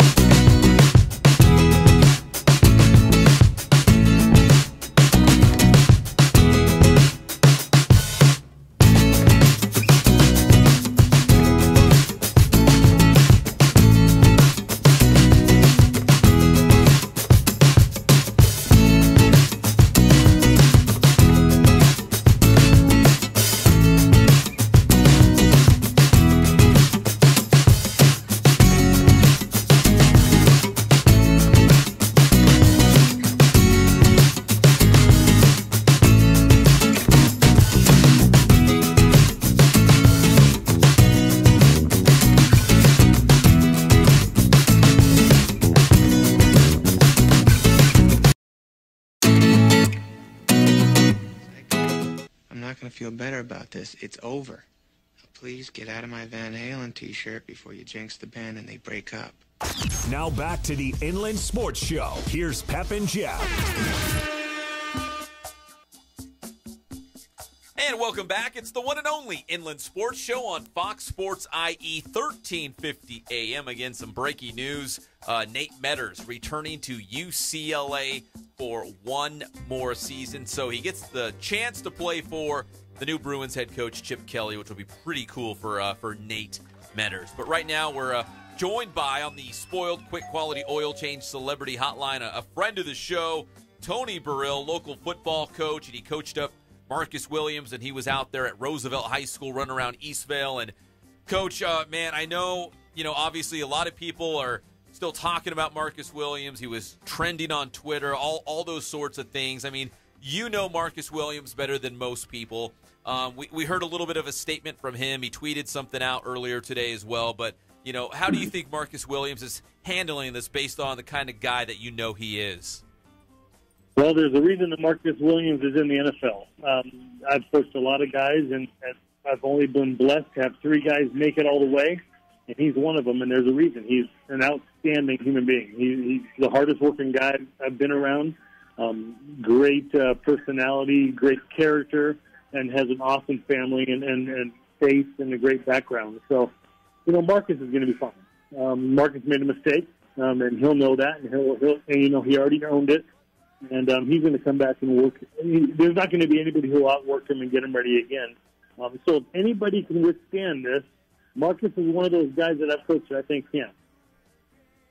We're talking with Tony Barile here on the Inland Sports Show on Fox Sports IE 1350 AM.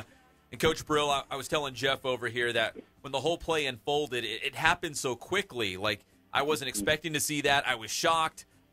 And all the TV cameras went to Stephon Diggs, obviously, of the Vikings. As that was happening, I was thinking in my mind, oh, my gosh, I hope that wasn't Marcus Williams. Because, again, it happened so fast. I wasn't paying attention to what Saints players were involved in the play.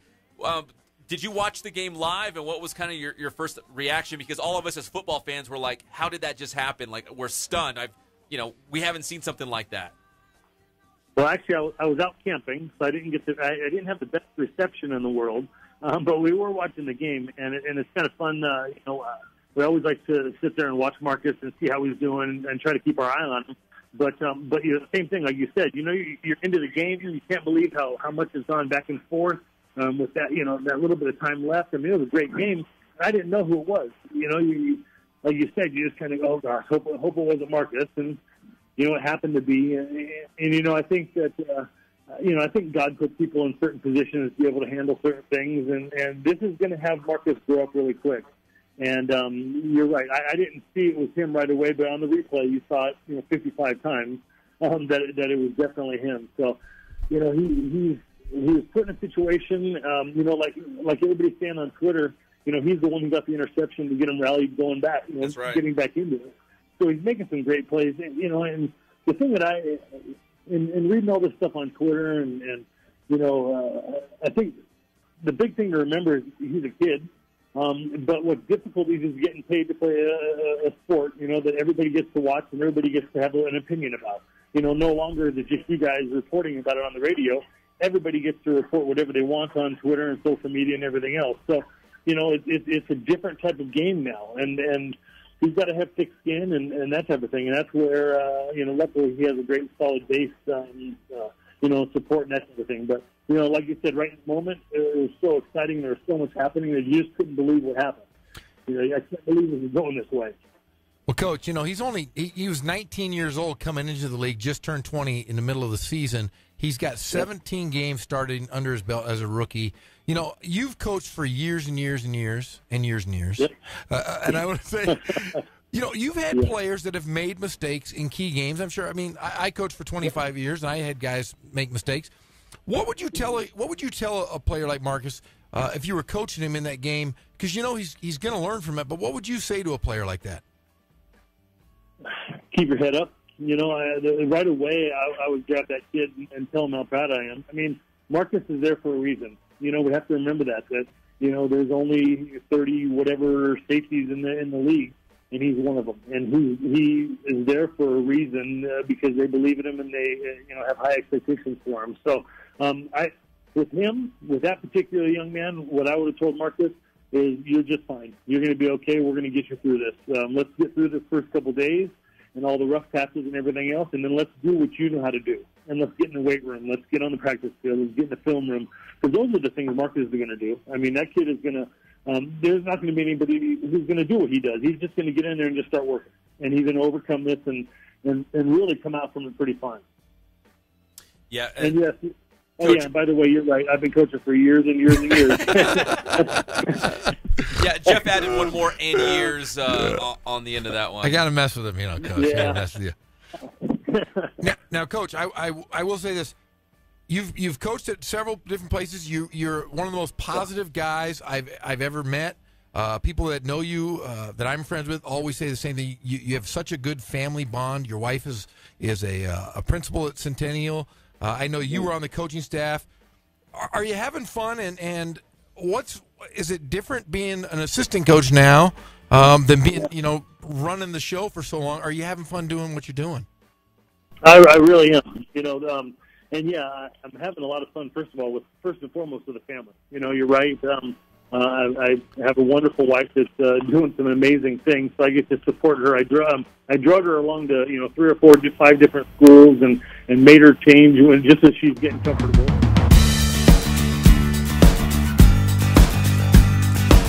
We're a small family-owned, strive for quality. And what a great place. And obviously, I'm in a good location. There's not too many places in America that you could be in a better program. Matt Logan's one of the best there is. And, I'm an old guy, been around the block and has spoken at clinics and talked to other coaches, young coaches and that kind of stuff. And it's fun to be on that end again where I'm the young guy going in and trying to learn from somebody else. That first year I was coaching with Matt, I was literally sitting there and taking notes the whole time like I was at a clinic. It was an awesome opportunity, man. I'm just sitting there going, this is great. This is good stuff. If I ever would do this again. But I'm having a great time. I remember what it was like to be an assistant coach now and to be a servant and help, that kind of thing. I really enjoyed having my guys, a small group of guys that I always coached on the defensive line this year, and we formed some real bonds. And I'm having a good time for sure. Well, Coach, we just saw Matt Logan in the Inland Empire All-Star Classic this past Saturday night, and of course, not a big shock here. He had his team win it, the Riverside County All-Stars, 49-24. They scored a lot of points. Not a big shock again there, being the Centennial head coach. But when you used to have those head-to-head battles with Matt Logan when you were at Roosevelt High School, now that you see behind the scenes and the kind of things he does to prepare his football team and why he does some of those things, do you look back and think like, wow, that was obviously it was an uphill battle to try to beat Centennial, but now does it make more sense to you now that you can see him operate, now that you're on the same campus and coach with him? Yeah, 100%. First of all, the things that I felt like I did really well as a coach, he does those things and he does them better. So it was one of those things where I thought, man, I was doing a great job, and here's Matt Logan just doing 10 times better. So that's one thing, but just a little piece of history for you also. My first playoff game as a head coach was actually against Centennial High School and Matt Logan back in 2001 when I was at San G. And the funny thing about Matt is he has a pretty good memory as well, and he'll never let me forget a few things. So we'll be standing on the 25-yard line at one point during practice, just on a random Tuesday night, and he'll say, "Hey, yeah, remember that quarterback throwback for a touchdown when I got you?" He remembers things like that, and Roosevelt was a tough situation because after 2010, 2000 changed and transformed. They were really powerful.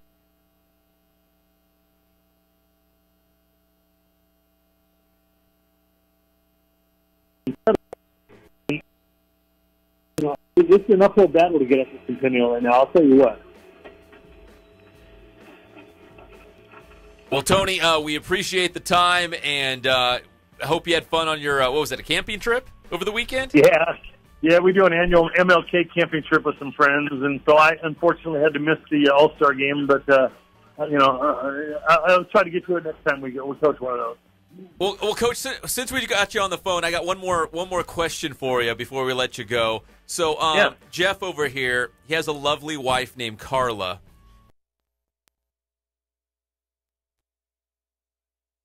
Plan Johnny's birthday party on Super Bowl Sunday. Yeah, what's wrong with her? What is your Coach Barile? What is your take on Jeff over here having a birthday party? What time does it start, Jeff? It's like 1 to 4. 1 to 4 on Super Bowl Sunday. So, Coach, what do you say about that? Well, I can tell you who's in charge at Jeff's house. and I can tell the priorities at the house, and there's nothing wrong with that. The family comes first. Yeah, but I mean, they could have had it on the Pro Bowl Sunday. They could have had it any other day. Exactly. Just give me another, the week before, no doubt. Hey, I'm sure the party will be a good time. Just make sure it's centered around football. How about that? The toughest thing for me is, like most wives, my wife is really busy. She likes to do a lot of arts and crafts, and there's always something going on because I got 3 little. And I probably it went in one ear out the other, being the unattentive husband and father that I am. And then she goes, it's Super Bowl Sunday. And this was after they already went out, the invitations. I went, oh my gosh, I'm going to be there with a bunch of princesses and mothers, and all the dads are going to be at home eating steaks, and I'm going to be flipping burgers and jumping on finger sandwiches. That's my next question. I know my next question was who's actually going to show up. Yeah, that's what I was saying. Pep's going. He has to. He told my wife he was family, so he has to go. I love it. I don't know. I might be busy. I'm starting to come down with something. I'll make 2 weeks out. I'll make sure I give you the wrong address when you send out my invite. Yeah, sorry, man. I just never got it. Coach Barile, we appreciate the time, and if you talk to Marcus down the road, tell him we're still big fans. We're still rooting for him. We know he's going to bounce back in a big way. Well, I appreciate that. I think it's important that we do our best to support him any way we can, because he comes back into town to visit the family, and we want to make sure that he knows that we love him and that we support him. So I appreciate you guys taking the time to call me and ask me about him, because he is a great young man. Well, thank you, Coach Barile. And your invitation to the birthday party is in the mail. It's going in the mail. So I'm going to give it to Alexis. I'm going to hand deliver it. I'll be watching. All right. Thank you, Coach. We appreciate the time. No problem. Take care, guys. Thanks, All right. Coach. That's Coach Tony Barile here on the Inland Sports Show, Fox Sports IE, 1350 AM. The high school coach of Saints defensive back Marcus Williams out there at Roosevelt High School in Eastvale. So, see, Jeff, I'm not the only one. No. Birthday parties on Super Bowl Sunday are like huge no-nos. If we can get every coach in Riverside to call in this week, and then I tell them their invitation's on the way, I could have a pretty star-studded birthday party. Tony Barile, Matt Logan, yours is on the way. Yeah. You could even go outside of basketball. Rick Croy, like all your homies. Hey, man. Justin Bell has a young daughter. He'll be over there as well. He's got young kids. Yeah. Justin Bell would be perfect. Yeah, and the Pep Fernandez will be there. Tim Hatch will be there no matter what, just because he's been invited somewhere. With his granddaughter? Tim Hatch will bring his granddaughter to the birthday party. That's so wrong. It's just so perfect, though. Gosh. Well, we appreciate Coach Barile coming on the show again. Unfortunately, Marcus Williams, if you're trending on Twitter, or you type in his name on Google and all the headlines come up, like it's usually not a good thing. In fact, so last night I like to go to like the NFL highlight package that the league produces, where it's like 15 minutes of just the good stuff, right? It's not the whole game. If you miss the game, you can go back and you watch just like the 10 or 15 minutes of all the highlights. You said the good stuff? Was it in the good stuff? It was in the good stuff. And there was all the replays from all the different angles. So you could see it all. And I was sitting there next to my wife, and I was trying to explain to her how the game went, because I was like, well, okay, Kamara scored that touchdown, right? Yeah. With like 3 minutes to go, we talked about this, and I thought it was over. Then the Vikings kicked the field goal. I'm like, well, it's over now. It's definitely over now. And then the Saints came back, and they kicked their field goal. I'm like, oh, my gosh, what a great game. This thing is over. Man, we're going to talk about this game for a long, long time. We'll talk about it tomorrow on the Inland Sports Show. And then the Vikings came back and scored the walk-off. Asphalt football is what it was. It was backyard football at its finest. It was like going out on Thanksgiving with your buddies and playing that, the turkey bowl with guys that can't play a lick. And then all of a sudden, guys Kono's over here and he goes, whoa, I play in that game. I'm always pretty good. Yeah, let's just say you're little. Pep and Kono are on the same team. They're both little guys. But no, you throw deep. Okay, look, you're going to run this route. And then guys bunk heads, and then you score a touchdown. And you're like, yeah. And then you go, I'm the champion. Yeah. That was what it was yesterday. And did you see when he scored the touchdown? Did you see his reaction? I think he was in disbelief. Did you see his reaction when he scored? He threw his helmet off and threw it. I wonder who has it. I don't know, but it was just silly. It was just silly. I think everyone, from the announcers to the referees to the players to the media, I think everyone was in disbelief. But it's just so silly. And I know it's sports and we love it. That's what we do. It's our favorite thing in the world. But really, it's just a game. And after the game is over, it's like, Oh, my gosh, this is the greatest. Oh, it's the best thing in all. Oh, I want to thank everyone. I want to thank my 5th grade teacher. She's fantastic. I'm going to throw my helmet off. I'm going to pose for all of you guys. I'm going to get that Instagram model I've been thinking about. That's what's going in his head. He was a young guy. That's all he was thinking about. Don't kid me. He said, that was pretty cool. I scored that touchdown. I just made $5 extra million. And I got that girl, the Instagram model. She's going to look at me now. She's going to friend me. That's exactly what happened. Is that what he's thinking? That's what I would have been thinking. So the Vikings, I don't even know where to go from there. The Vikings and the Saints, one of the great games in the NFL postseason history, in fact. So now it's going to be the Vikings taking their show on the road to the Philadelphia Eagles. The Eagles squeaking past the Falcons, and it's going to be Nick Foles leading Philadelphia at home. Their defense was great. They only got 1 touchdown for Philadelphia. So now it's going to be a low-scoring battle, I think, between Philadelphia and Minnesota with those 2 defenses going head-to-head. Okay, what do you do with your starting quarterbacks? What do you do with Teddy Bridgewater? What do you mean, what do you do with him? What do you do with him for next year? For next year? If the Vikings go to the Super Bowl. He's not the starting quarterback. He's not. No. But think about it. They've invested all this time and drafted him. Do you trade him? Do you get rid of him? I mean, do you sign and trade him? What do you do with? I don't know. What do you do with the starting quarterback Case for Keenum's Philly? The starting quarterback. What if there was any doubt, he erased that. Okay, what if Nick Foles wins a Super Bowl? You know, the only time... Yeah, think about that one. Wait, hold on. You'll appreciate this, Jeff, because we're old guys now. The only time I can ever think of something similar happening, remember the New York Giants had Phil Simms? Yes. And then Jeff Hostetler came in, and he led them to the Super Bowl. And everyone's like, whoa, Phil Simms like one of the greats of all time. This nobody named Jeff Hostetler came in, and he got the Giants to the Super Bowl. I was like, okay, well, who's the starting quarterback now? I'm not saying that's going to happen for the Eagles, but if Nick Foles leads them all the way, I think I don't know. Alex Smith, that was from your area. What happened to him? Yeah, he was up in San Francisco, and who took his spot? Your boy, Colin Kaepernick. My favorite player of all time, Colin Kaepernick, took his spot. But you got to look at New England. New England had the before Drew Bledsoe. Drew Bledsoe. That was that long ago. That's how long it's been. That was a long time ago. But Drew Bledsoe was the starter. He gets hurt. He was concussed or whatever, right? And then Tom Brady took the job, and Mo Brady's brother took the job. So it's happened before, but we're in a really weird situation because one of those 2 teams is going to be in the Super Bowl minus really their starting quarterbacks. I mean, Bridgewater's the guy. Bridgewater was the guy. Yeah, he was the guy. Yeah, Foles, not the guy.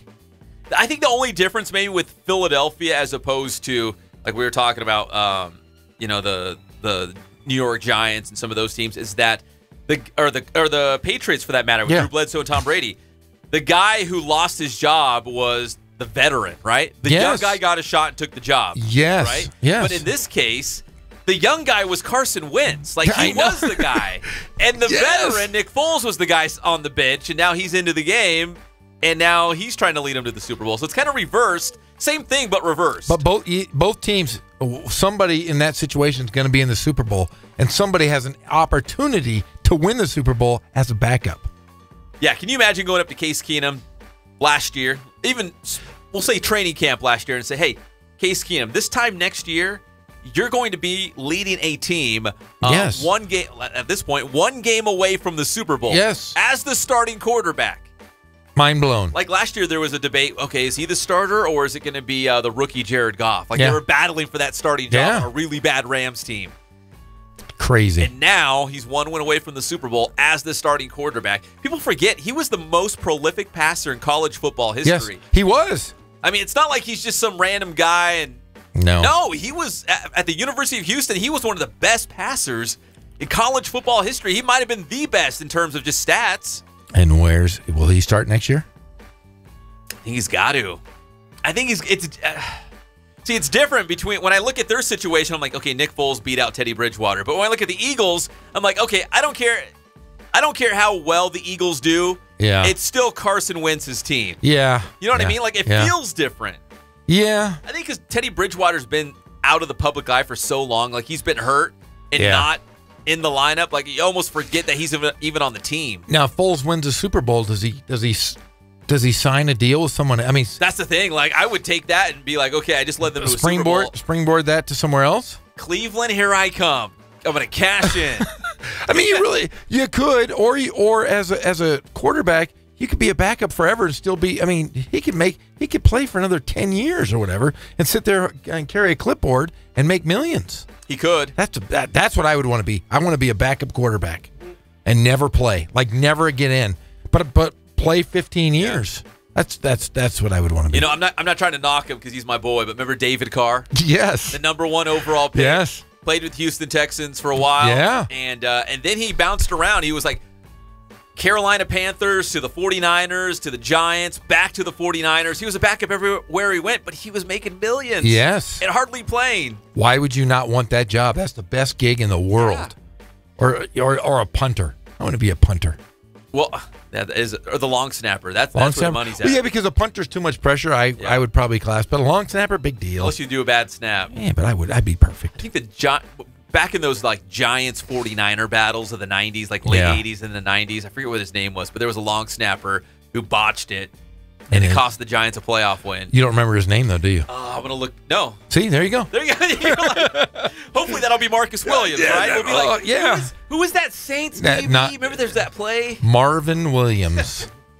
Martin Johnson. They're just going to totally forget his name, I hope. So. Hopefully. Yeah. I mean, even like go back to the Seahawks-Patriots Super Bowl. Yes. Remember, they were supposed to hand it off to Beast Mode, right? Yeah, that guy. And just run it in for a touchdown for the win. Oh, that's right. And they decided to pass. They threw it. Like, you know what I mean? Awesome. Like, people forget, like, that was the Super Bowl. At least this was a divisional game. Do you remember when the Sacramento Kings lost in the playoffs? Which one? Exactly. I got my Kings shirt on. Bingo. That's why I called it. They lost a lot. They're still losing. They've lost a lot. Hey, they beat Lakers beat them, recently. My team beat your team. Really frustrated. You should be, because your team is rotten. Really, they are bad. You know, all of your teams are pretty bad. Yeah, they're all bad. I mean, really, how do you? 49ers, the Kings, the Mets. Yeah, how are you a Mets fan, anyways? Darryl Strawberry. Yeah, he's a winner. I have a great Darryl Strawberry story for you. I coached his son. You did? I did, yeah. We got 3 minutes. Okay, I'll tell you. DJ? No, you had Michael Strawberry, and then you had DJ Strawberry, and then there's a whole bunch of them. But he played for me at RCC. He was a modern day player, great player. I don't know where he ended up going after RCC. But wait, is DJ or the oldest one? DJ's the younger one. Oh, he's the younger one. Michael was the older one. Okay. Michael, great guy. But I'm going to tell you a story. Darryl Strawberry, remember when he went on his AWOL when he was with the Dodgers? He disappeared for a while? Yes. Okay, I was playing in the Crenshaw Summer League. My brother and I were playing down there, and he was AWOL, and our Riverside team was down there. We played every Saturday and Sunday, and I'm getting changed in the locker room, and Darryl Strawberry is in the locker room looking disheveled, like he just woke up. This guy who's been missing that nobody could find. Was missing. He was at You're Crenshaw. In the locker room. Yeah. So here it is. It gets better, though. So we're playing. We're like literally playing we played like 2 or 3 games that day up at Crenshaw High School, and he was sitting in the bleachers the whole time hanging out with his buddies. And he was missing, and I was like, he's right there. Yeah, but back then we didn't really have cell phones where you could like call or take pictures. I would have called TMZ, and I said, Darryl Strawberry is right. You didn't have like a disposable here. Kodak or anything in your pocket, or so you didn't do the Darryl chant, Darryl. No, I did not.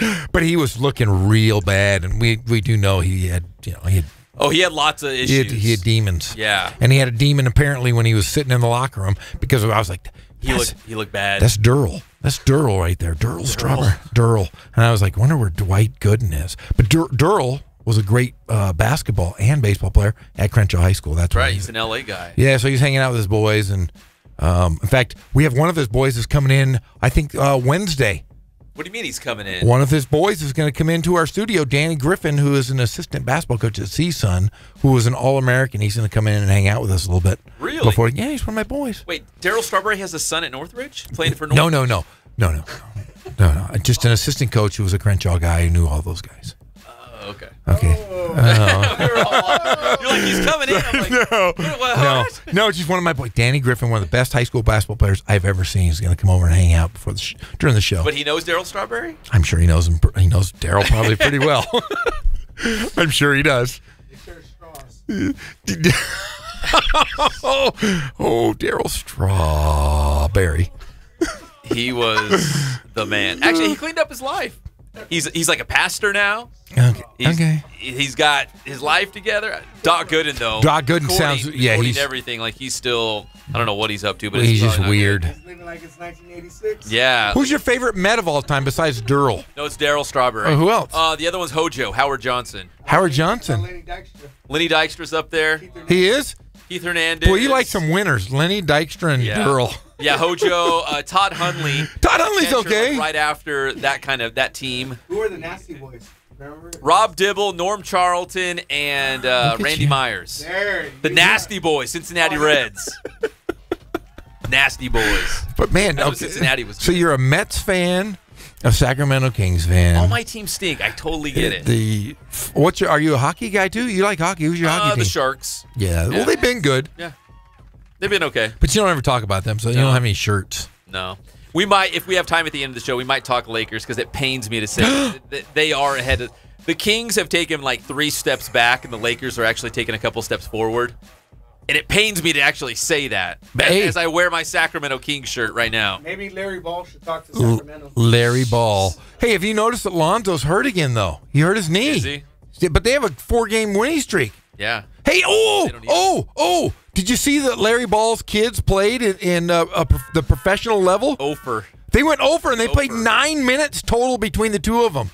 That's okay. So if they're gonna go scoreless in a game, I get that. They didn't even play. Well, that's the thing, but they didn't even play. Like, I think that was the whole reason that Larry Ball took him over there, right? So he could manipulate it and make sure his kids were playing. And then he said, I think I could be wrong, but he said he wanted them to play on the same court or on the court at the same time. That's why they lost or they're not doing well. Is they need those two playing together at the same time. But really, they're playing against pros, and then they have their AAU tournament that they're running, the Big Baller Brand AAU thing, which is really they're playing against kids. So when you go out and you get 20 or whatever they did last time, but they played 9 minutes in professional basketball, it's silly, Larry. Well, they better hurry and get those guys on the court because LiAngelo and Alonzo are joining LeBron with the Lakers next year. Remember, that's three starters for the Lakers next year. Man, I really feel he needs bad. more playing time. Yeah, and they're going to keep Julius Randle and Larry Nance Jr. That's all he said he needed. I think both of those guys are gone. I bet you Larry Nance and Julius Randle are gone by the trading deadline. Julius Randle's had a big game in Dallas, didn't he? There's a reason they're having big games right now. You got to showcase this because you got to get him. New contract, right? Yeah. Well, no, they're going to trade him. They got to. Some value. They got to get some value. So I'm guessing we'll see how into Julius Randle they are until the trade deadline comes. But I honestly think he's on the block. I think Larry Nance Jr. is as well. Man, they're gonna have to find someone to rebound the ball for Alonzo and LeBron and Jello to score. Well, they're gonna do a big dump, and then they're gonna get Paul George, and I still think they get LeBron. I hope not. Or I hope you're wrong. LeBron James, as our copy girl told us the other day. Oh, she might call back tomorrow. We haven't talked about that. I can't wait. I'm coming in early. Natalie, I can't wait to hear from her. All right, we come back here on the Inland Sports Show. We're going to try to make sense of that game that Jeff called on Saturday night, UCR and Long Beach State. I'm depressed. Oh, man, we got to get a win. Depressed. I'm going to tell you I'm depressed. Still winless in Big West Conference play. We'll be right back. It's the one and only Inland Sports Show on Fox Sports IE 1350 AM.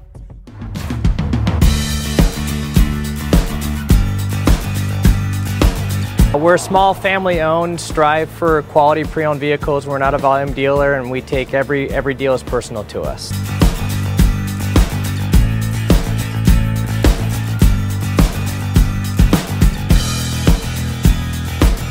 We're a low-stress environment. We're not a pressure sales house. If you want to shop us, you're more than welcome to shop us. We have, like I said, great rates, competitive financing, a lot of one-owner, clean Carfax, clean title vehicles.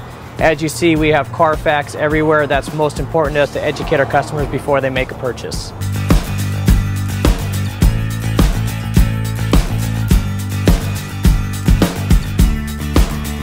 We're right off of Ontario, right off a couple exits off the 15 freeway, off Cajalco, off El Cerrito, and we're right on the main drag going into Dos Logos and the crossings.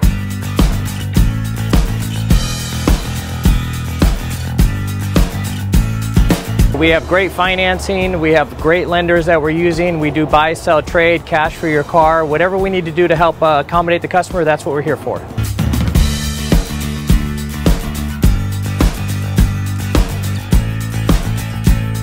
We have a little bit of everything. We start at about $69.95 and go all the way up to $100,000. We have Escalades, we have commuters, we have pickup trucks, we have Jeeps, sport utilities, and if we don't have it, our specialty is finding you exactly what you're looking for.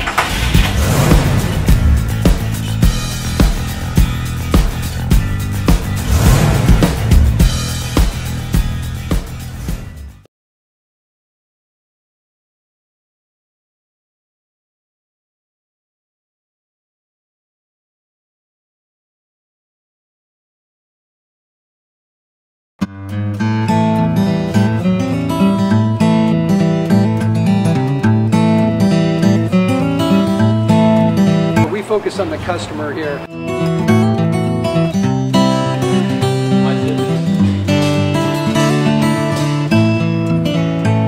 Believe it or not, that is the biggest thing for customers on an oil change. They just want the convenience of coming in, driving in, getting it done, and driving out.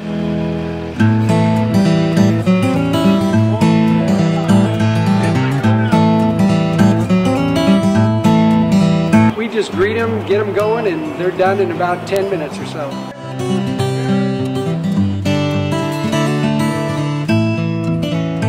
We don't push any sales on them. We do the oil change, and I think that's what sets us apart is our customer service. Vacuumed and cleaned your windshield for you as well. Everything's looking pretty good. You come into us one time, believe me, we'll spoil you and you'll be ready to come back the next time.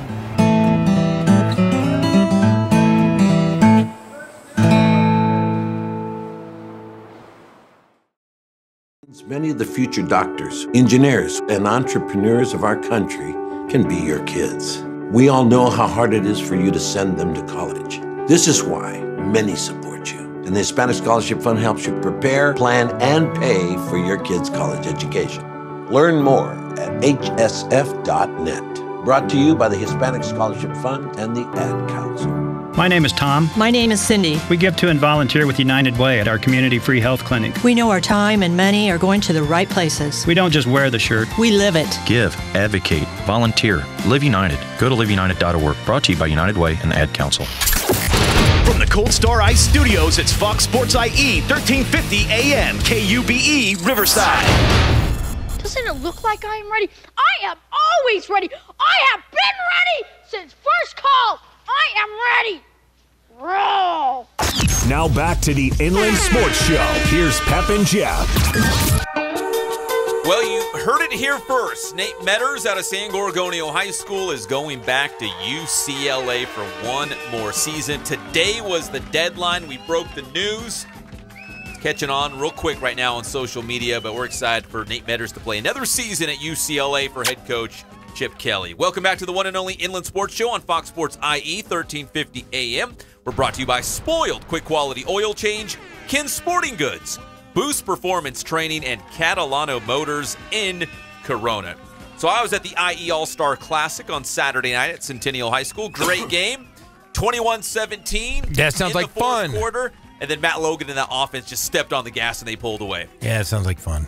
It was fun. You can watch the whole game on Riverside TV. It will live on their YouTube channel forever in case you don't have that TV station. So I was there, but Jeff was over at the SRC Arena doing the UC Riverside basketball game.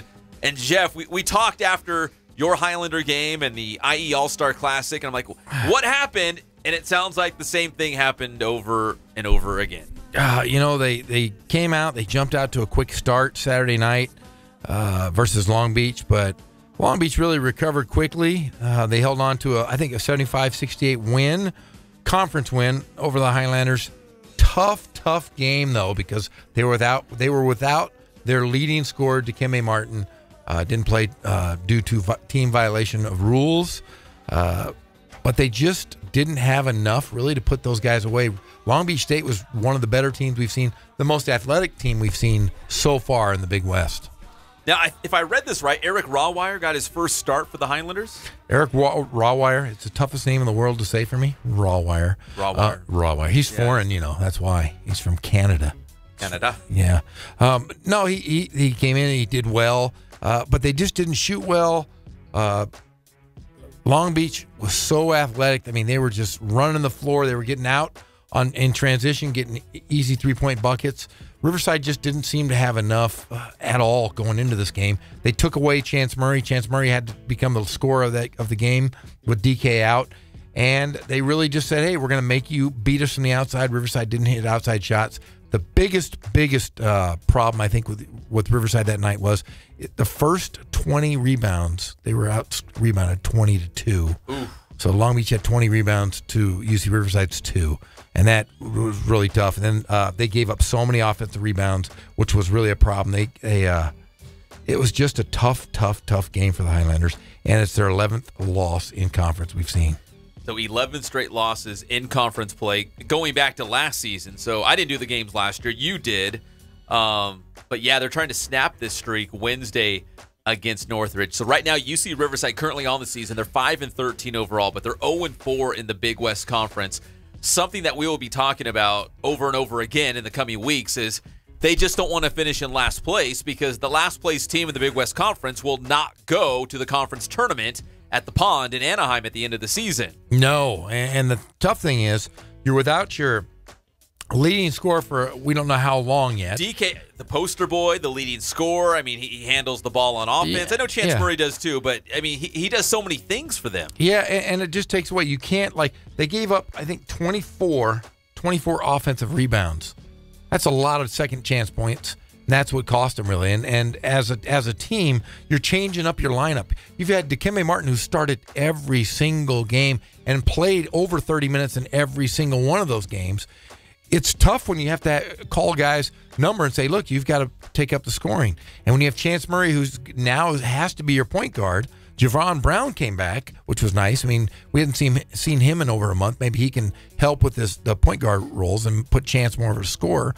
But you're asking guys that aren't normally scorers, Brandon Ross or Chance Murray. You brought in Riker Pierce. You bring in guys just to generate some baskets, and they just so Riker didn't do did so. play on Saturday. Riker did play a little bit. I'm sure Coach Bell's trying to find somebody to step up and be that scorer, right? Where are those points going to come from for a team that struggles to score points anyways? To have your leading scorer not available, a guy like Dikembe Martin, who's probably their best shooter thus far this season, by seen. far, he's been their best shooter. You know, they got something out of Menno Dykstra, but he's got to come up big. He's got to make big shots, and he's got to be able to guard guys. You can't be 6'10", 6'11", and giving up that many offensive rebounds. So Coach Bell is in a tough situation because guys aren't doing their job. They gave up too many offensive rebounds, and I know he has the ear of the team because they're all buying into it. It's just something is just off right now with the Highlanders. Because if you look at the Big West Conference standings, UCR is 0-4. Yes. And they're in the cellar. Yes. But when because we did this through their entire schedule, but if you look just at the sample size of their conference schedule, so Fullerton's undefeated. Fullerton's at the top of the table. 4-0. They're 4-0. Go back to that Fullerton game on the road at Fullerton. Had them. UCR should have won that. Had them. And then you play a Davis team. They hung with that game as well. From a team that made the NCAA tournament last year, Davis. Yeah, they should have won that one. Santa Barbara, they were down big and came back. Santa Barbara, they had Santa Barbara on their heels, and they can't get over the hump of winning games. And it's tough. You got to learn how to win. If you haven't won, it's hard to get to that point because you've lost so many. They've lost 11 in a row. Once they get that victory off their shoulder, off their back, I think they're going to be a better team. But it's just, it's tough to learn to win. Yeah, because you'll look at that 0-4 Big West Conference record and think, oh man, this team's not very good. There's no hope. But when you actually start digging through, so like the first place team, Fullerton, UCR goes on the road to Fullerton, hangs with them, and what was it? A 3-point play in the final seconds. Yep. They lost by 3. It was a tie ball game coming up. There's, I think, 14 seconds on the clock. And came down and runs out the clock, hits a traditional 3-point play. Highlanders had a look for a 3, but just a tough loss. And that's the first place team on their court. Yes. So Fullerton's 4-0 and everything looks great. Yes. UCR's 0-4. People are like, oh man, this does not look good. But you can see how close they are to the best teams in the conference when you're going on the road and letting the first place team off the hook. Yeah, and the toughest thing I think for Coach Bell and his staff is really he's got to convince his guys not to fold. because you're 0-4. You've lost 11 in a row in conference. You've got to do whatever you can to keep these guys' heads in the game because they do have a shot. You can't lose to Northridge at home. You just can't do it. That's a tough one. If you lose to Northridge at home, then you got to hope that Northridge knocks somebody else off because you're continuing to slide. You got to do something. You got to generate a victory at home, especially your third one in a row. Yeah, Northridge and UC Riverside are both winless right now in the Big West Conference. And again, if you want to look way down the road for that Big West Conference tournament, UCR can't finish in last. You finish in last place. If you're the 9th place team in the Big West Conference, you're out. Your season's done, and that's it. Yeah, you have to get Northridge at home because you've played 3 home games, which means you're going to play 3 road games later on in the season. So you've got to make sure you take care of business at home for sure. Let's just think about this. Hypothetically saying, UCR finishes in 8th place in the Big West Conference. So the last team to get into the conference tournament. Yes. But even as the 8th seed, let's say for conversation's sake, Fullerton's number 1. 8-1. You're going to look at that matchup and be like, guys, that Fullerton team, we should have beat them. You let them off the hook on their home floor. You should have beat them. Yeah, and the toughest thing is, if you're in that situation, that might be a little bulletin board material. Hey, yeah. we were within these guys. We were tied with 14 seconds left. What are we going to do to beat these guys and go from, like, why not us? 8 over 1. You get to the conference tournament. Yep, because then you go 8-1, then it's a crapshoot. Somebody's going to flip a coin, and you got to win 2 more games, and you're in the tournament. You got to get in 8th place. First, you got to get to the tournament. You got to get in that 8th spot. And right now, they're sitting at 9. I want to go in their locker room and take their whole schedule out. Like what we did here on the Inland Sports Show. Be like, okay, this game, you guys should have won. This game, you guys should have won. So right now, their record looks, 5? They're 5-13 overall. Yes, 5. But you could go back through there and say, okay, guys, you should really be 11-7. Or 12-6 or something like that. Yeah, you throw out the Portland State because they had them, but you throw that because Portland State's ranked pretty good. You Michigan out. Seattle University, throw that one out. Throw Montana out. And throw Montana. Other than that, the rest of the games have been pretty winnable. They'll look back on some of those games and say, you know what, we should have came out with a win. Yeah. Or we had them where we wanted them. We let them off the hook. Yeah. Some of those games, like the Fullerton game, came down to the end. Let's see, what's another one of those that came down to the end? What was the game? The Portland one. Wasn't the Portland one the last couple possessions? Yeah, the Portland State game. Yeah, and that was a good team. And the rest of them, seems like the rest of them, Montana, Utah. Utah, where the other team has this huge lead, they did, like 20-plus points. Dig a giant hole. UCR sitting in that hole, and then they dig themselves out just to get so close, and then they get, a couple turnovers here and there, a couple offensive rebounds, and that's really been their Achilles. Montana, that happened to Montana. Yeah. I guess after a while, you could kind of get tired of saying, man, they showed a lot of perseverance. They were battling back. They never gave up, and that's great, but that kind of wears on you. You don't want to keep having to fight back and battle back and come back from these huge deficits. Yeah, and it's tough. I mean, you and I call the games, and we want our guys to win, and it's tough to, you get so fired up because they come out playing so well. They look like they're into the game, and they are into the game, but they just come up short, and you go, oh, it's gut-wrenching. You went to the game Saturday night. I went to the basketball game Saturday night. We called each other, and it was I felt like I was coaching. I was exhausted afterwards. I was depressed, and the only thing I wanted to hear about was the football all-star game because I really see we see these guys all the time, and you want the best for them, and we see Coach Bell and his staff. They coach the entire time. They never stop coaching these guys, and you got to appreciate that when you see that. But when they lose, it's tough because they don't give up. When we did the game against UC Davis, UCR started strong. They started fast. They jumped on the Aggies. Like, they had the lead for the majority of the game. Had a 10-point lead to start. And I was like, man, maybe they're turning over a new leaf. Like, I was excited about Long Beach State. And I was thinking, you know what? This might be a new Highlander team. Yes, did Davis escape? Did they salvage a win? They did. They escaped with a win. They did. UCR should have beat Davis. So going into that Saturday game, this past Saturday against Long Beach State, I was really excited to hear about it after the All-Star Classic. I was like, you know what? I got a good feeling about it. But then I found out that DK didn't play, and again, the wheels came off. Yeah, some of the same problems that have plagued them this season, falling behind fast and then having to battle back all game long.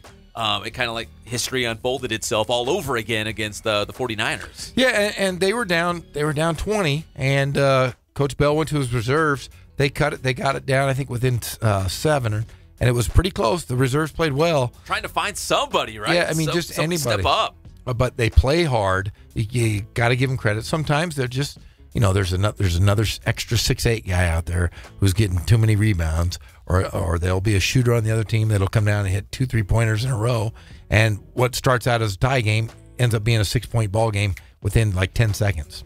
So it's tough. It's really tough right now for the Highlanders, and I hope that Coach Bell and his staff can generate some momentum and take care of. They're close. They're right there. Yeah, they're just something that they got to figure out, and I'm sure that hopefully they'll figure it out soon. Well, Northridge comes to town Wednesday night. Jeff, do you want to talk about the Lakers? I always want to talk about the Lakers. I love the Lakers more than anything in the whole world. Other than I like them. I like them a lot. We're going to talk. We're going to take a timeout here, but we're going to talk about the Lakers. We'll talk about what's going on with them. They're on a win streak, right? 4 games. In fact, hey, you know what? In the break, they're playing right now because it's MLK. Oh, that's right. It's a holiday, and I think they have an early game. I'm going to have you look that up. I'm going to look it up right now. I'm on the... Because they're on a win streak, right? Yes. Because I don't know anything. I'm not trying to set you up for anything. I know it sounds like it, but I'm gonna have you look that up. Oh, just whatever. You already know. No, I don't know. I don't know. We're gonna take a quick time whatever. out. I already know, so just stop it. We'll just go to Jeff's gonna talk Lakers when we come back. It's the Inland Sports Show on Fox Sports IE 1350 AM. Do you think I like being here alone? Look, Rosie, you're not. How you guys doing? I'm Coach Ray again. We're here at the Boost Performance Center with the one and only Pep Fernandez. So today's tip, I'm going to go over the shuttle run. So really, the shuttle run is a great drill to measure lateral speed, power, and change of direction. So we're going to go over that today, and it's a drill that can benefit really, again, any type of field sport, whether you're a basketball player, football, volleyball, soccer. If you got to change directions, you got to be quick. Shuttle runs for you. Okay, so Jacob's going to demonstrate the shuttle run here. We're going to start off with the stance. So he's going to have his feet about hip width. Now, this is really important because a lot of times you get guys who will try to shift their stance. You got to split the line evenly, and you want to make sure your toes are forward. You want to make sure your feet are right underneath your hips, all right? So he's going to have his feet forward and underneath their hips. All right, now, when I say set, he's going to drop down very quickly. Whatever hand is down is the direction that you have to go. So he's going to go to his left first, so he's got to have his left hand down. Now, his right hand is going to be right here. All right, it's going to be right in front of his body. His elbow's going to be flexed. Hand's going to be right under his chin. All right. So when I say he's going to drop down really fast. All right, he's going to put his hand down, left hand down on top of the line, right hand underneath his chin. Ready, set. All right, relax. All right, so that's the stance there. We don't want to hold the stance any longer than about 3 seconds. All right. So we want to be in and out. All right, now let's talk about the first touch. Once he leaves, all right, his first movement, that timer is going to start. He's going to give me a nice lateral run coming out. So he's not going to turn his head and turn his body run. He's going to lateral run coming out, and then we make our first touch. He's going to do what's called a wedge cut. It's a double foot cut, and he's going to touch right outside of his feet here. So he's going to touch the line with his left hands. He's going to do a wedge cut, a double foot cut. He's going to have a nice angle at the shins. He's going to touch right outside of the foot. So now I'm heading back in the direction I want to go. All right, that angle is really important. So we're going to nice wedge cut here, left hand touch. We'll wedge cut it here with the right, and then we'll sprint through for the finish. 5, 10, 5. Here we go. You ready, Jacob? So he's going to go on me. Set. Go. Take it back. Finish right in the middle. Good, right there. Now, typically, you want to finish with your head down. All right, you want to maintain that forward lean. There you have it. Shuttle run.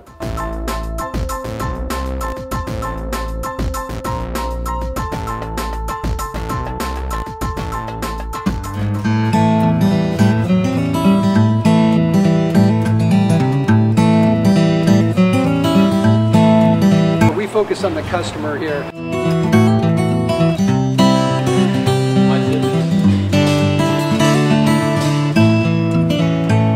Believe it or not, that is the biggest thing for customers on an oil change. They just want the convenience of coming in, driving in, getting it done, and driving out.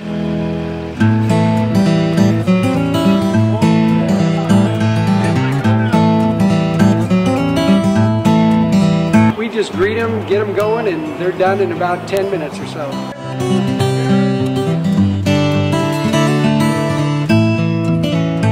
We don't push any sales on them. We do the oil change, and I think that's what sets us apart is our customer service. Vacuumed and cleaned your windshield for you as well. Everything's looking pretty good.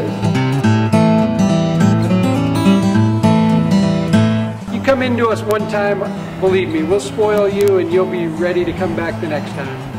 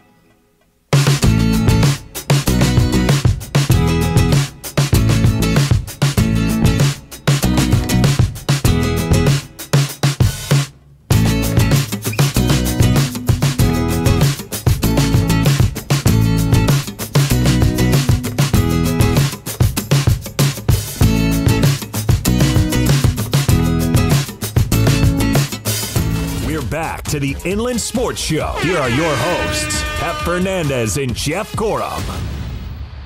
I love this. We're back. Is that Steve Miller? Yes, the Steve Miller Band. Come on, know your. Temecula. I'm not a music guy. How do you not know who Steve Miller is, man? I told you. So you went to college. Everybody in college had that was the staple. Is the Steve Miller '70s double album. Kono knows. He's a rock guy. He's a rock god. He listens to music I'd never heard of. I went to Humboldt State. Yeah, you should know it. A little different up there. What are you talking about? Just fly like an eagle. See, my roommates definitely know this. Here's what my roommates listen to: Metallica, Dave Matthews Band. That was the girl. That was the girl. That was the girl. Okay. Julie Joe listened to Dave Matthews Band. Adam listened to Metallica. And Steve listened to Neil Young, and what's that group? Pearl Jam. Boy, that sounds like a fun. So you all smelled really bad and cried a lot. No, they'd be over there tying their woolly buggers for fly fishing and listening to Pearl Jam. Yeah, and you don't even know who Steve Miller is. Get out of here. I saw Steve Miller. Yeah, you saw him in Temecula. Dude, Steve Miller's a legend, a rock legend. I'm just not a big music guy. Dude, he can play that sitar better than anyone I know. And I don't know anybody. Sitar? He plays sitar. Does he? Oh, he's amazing. He's one of the best guitarists in the world. Am I right, Kono? Absolutely. Yes, he is one of the best of all time. He is a blues rock guy. You didn't know that, did you? Well, I have goosebumps just thinking about his music right now. I might cry a little bit. recognize a lot of the songs of his. I just didn't know he did it. Does that make sense? Yeah, you're just not cool. Oh, I recognize that song. Who sings that? Oh, Steve Miller. Oh, okay. That's right. You listen to country music. Oh, yeah. But you know, he kind of has a country feel to him, so you should. Does he? Yeah, kind of. He does have a little country to him. Some of his albums. Kono, he's our music buff. Him and Greg. So but see, Kono knows music. Like he'd go, yeah, I'm gonna go see this band this weekend, and it's, they're Shark Teeth. That's what they're called. They're just Shark Teeth. He likes like the local independent indie. Man, I'm telling you, the best indie group ever, Shark Teeth. Man, you go there, you get in a mosh pit, you're gonna get 3 bloody noses before the night's over. Awesome. There's going to be Jaeger bombs all over the place, and somebody's going to get punched. Some girl's going to get punched right in the face. That is a great show. That's seriously Shark Teeth. You got to go love Shark Teeth. Or yeah, I'm telling you, that's exactly. Or Wet Napkin. Have you heard of Wet Napkin? Wet Napkin's the best band ever. Wet Napkin, man. They have 3 guys. They're like Muse kind of. Muse. What's Muse? Oh, that's another band. You don't know about those guys? They put on a great underground stuff. They put a band. No. Muse puts on this great spectacle. I'm telling you, they have a drummer. They have a guy that plays the bass and another guy that plays the harmonica, and they just do crazy stuff on the. Like Coachella. Yeah, like Coachella. Yeah. We're gonna go to Man, I'm telling you, man. Wet Napkin and Shark Teeth are the two best bands ever. Seriously, that's how some of my friends talk, and I'm like, "What are you talking about?" I'm going to go to this coffee house in Pomona, and we're going to listen to some rock bands. There's going to be when we walk in there, there's going to be blood all over the floor. It's going to be a great show. You want to go? That's okay. I think I'm going to hang out with my wife and kids. No thanks. I got a birthday party. Yeah, to go. I have Dora the Explorer on. I got to watch that and a little Phineas and Ferb. But I'll have fun with that one. Well, we've got our Mr. Football again, Jaden Daniels. Congratulations, the Cajon quarterback. He's going to join us live here on Fox Sports IE 1350 AM on Friday. He's going to come in studio. And again, his junior season is unparalleled in terms of high school football here in the IE. Over 5,000 passing yards, 62 touchdown passes, nearly 1,300 yards on the ground, and another 15 scores for Mr. Football. That's Jaden Daniels, Cajon quarterback, and he'll join us live coming up on Friday right here in the studio. So the Lakers. Yeah! A holiday. It's MLK Day. They played today. They were on a 4-game winning streak. They lost. Honestly, Jeff, I knew they were playing today, but I didn't know if their game was finished or what they did. What happened with the Lakers? Lost by 9. 123 to 114, and they lost to a Grizzlies. But they've got seriously. I'm looking at their starters. They got Brook Lopez, who's hot garbage. Why? Because he's a jerk. He denied my son, and if I ever see him, I probably ask for another autograph before I'd punch him. But Julius Randle, a blazing 9 points. Caldwell Pope, he has that bracelet or that anklet around his ankle because he's a criminal. He had 27 in it. That's true. That's a true story. Yeah. But see, you should be starting Kuzma. And Nance had... Did Kuzma not start? No, Kuzma came off the bench and had 18. But Gary Payton II made his debut for the Lakers today and put up 4 points. The little glove. The mini glove. Mini glove. Mini glove. Mini glove. He wears just one glove on his left hand. He shoots with his right hand, though. He played for Oregon State. Very good basketball player. Just like his dad, right? Was his dad yes. played at Oregon State? He played for our good friend Greg Gottlieb and Wayne Tinkle. I just say that with me. Wayne Tinkle? Tinkle. Isn't that a great name to say? It's a fun name to say. And then, of course, you had the Grizzlies who had Gasol, I think, and I don't even care. Oh, wait, here you go. Gasol. He had 17. Is it the real Mark Gasol, or is it the Alex Larson? It's Alex Larson was playing tonight for the Grizzlies, and he had 17 points. And then blah, blah, blah. Some Grizzlies, who cares? And Lonzo Ball didn't even play. He hurt his knee. He's hurt quite a bit so far in this rookie year. Soft, like his dad and brothers. So the 4-game win streak is over. It is over. But the big news around the Lakers this past week was the fact that Luke Walton and Jeannie Buss came out on Twitter, not a statement from the team or anything, nothing official, but on Twitter, which is close to official, to announce that basically their support, like, hey, great job, Luke Walton. Like where the team's going. Great job. Keep it up. 4-game win streak. That's all great. So they both came out and said something like that. I think in spite of Larry Ball, I think they were saying, hey, you know what? It doesn't matter what this guy is saying from Lithuania. It doesn't matter what he thinks. He's just a dad. We like Luke Walton. We like where he's taking the team. I just want Lonzo Ball to have Luke Walton's back. I know it's going to cause a divide maybe in the family. Might make for good reality TV, but... See, I think I'm on the fence about this one. I don't think it was a show of support, if you're asking me. I don't think it really was. From Luke Walton? Or, I mean, from Magic Johnson, and I think maybe from Jeannie. But see, because you got to realize that Jeannie hired Luke Walton. Magic Johnson didn't hire Luke Walton. Pelinka didn't hire Luke Walton. So even though they might like him, I think they're going to make the final say of the team. So at the end of the year, depending on who they get in, I don't know if Luke Walton is really Magic Johnson's guy. They might love him, and I think everybody does like Luke Walton in the program, the organization. But I don't think he's Magic Johnson's guy, honestly. If not Luke Walton, then who? You know what I mean? I'm one of those Phil guys. Jackson's coming back. Oh my No, he's say that. no, I don't know who it is. Because I wouldn't get rid of a coach unless you have somebody else in mind. We've talked about this. Yeah. Whether it's UC Riverside or the Raiders. Don't get rid of your coach unless you have somebody else in mind that might be better. You know, I just, there's something in me that's, Can I throw out a name, get your reaction? Yeah, go ahead. So I heard Magic Johnson and one of his arch nemesis made up. They kissed and made up. You know what I'm talking about? Isaiah Thomas. Well, they've kissed before. It was really gross. Yeah, Wait, they did at an All-Star game. Why would you ever have Isaiah Thomas? I'm just saying, like, yeah, he's out there. You take that right back. Did you see what he did to New York? He ruined the Knicks. He put the Knicks back like 20 years. Dude, he ruined the Knicks. He ruined the he ruined he coached college basketball for a year and ruined that. Yeah, he did. Yeah, he's a ding dong. Wasn't he at Florida International or one of those places? Yeah, he was. He still might be there. I have no idea. No, he's not there. He's nowhere. Keep him away. Let those guys kiss at half court. Wet Napkin, man. Let him go watch Wet Napkin. Some coffee house in Pomona. Somebody just texted that. I just got that on Twitter. Wet Napkin and Shark Teeth. You're like, that's a real band. Yeah, baby. I'm telling you. I love Wet Napkin. Oh, that's so bad. They're on the double bill at the Palladium. That's what somebody just sent me. Which one's the main event? Which one's the I don't know. Shark main Teeth. Stage? Shark Teeth, man, they're pretty good. There's blood all over the floor. There'll be some punching. Oh, good Lord. All right, let's take a break. When we come back, we're going to wrap this thing up. We've got college basketball following us here on the Inland Sports Show. And then we'll also get you set for CBU basketball tonight. And a former L.A. Dodger making news. Did you hear about this? Which Dodger? Oh, there's lots of Dodgers. Darryl Strawberry? No. Eric Davis? A more recent Dodger who's still playing. Raul Mondesi? Raul. Hey, there's a junior. There's a junior, isn't there? There's a junior out there. We have them all playing together. Pedro Guerrero. Oh, I remember Pedro. Yeah, he used to snort the sidelines, the whole baseline. He did? Oh, yeah. Everybody knows about Pedro Guerrero. You know about Pedro Guerrero, don't you? See, yeah. Oh, yeah. They had to keep him away from the chalk. We'll be right back. It's the one and only Inland Sports Show on Fox Sports IE 1350 AM.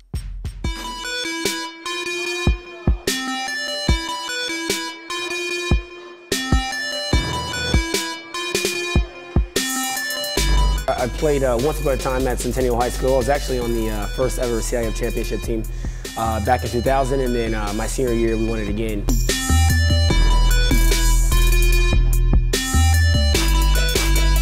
I'd say that's my passion because I've done it. You know, I know exactly where these athletes are at. I know what their mindset is right now. I know how hard it is to, number one, find a performance coach who can take you to the next level.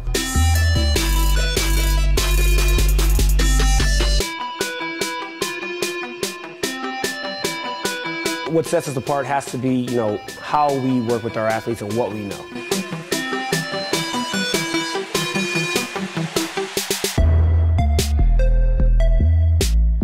We can take an athlete and you know, help them reach their athletic potential, you know, help them, you know, prevent injuries, help get them stronger.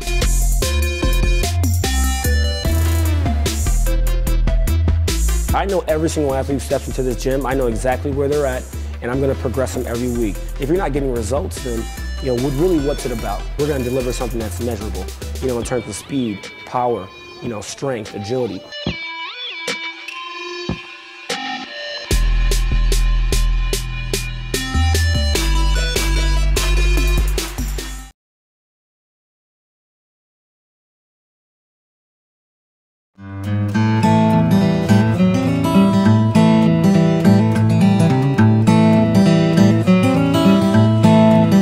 Focus on the customer here.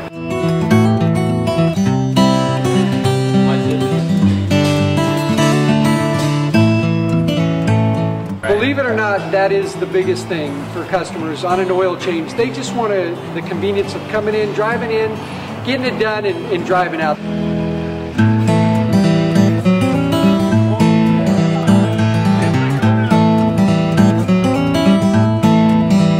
Just greet them, get them going, and they're done in about 10 minutes or so.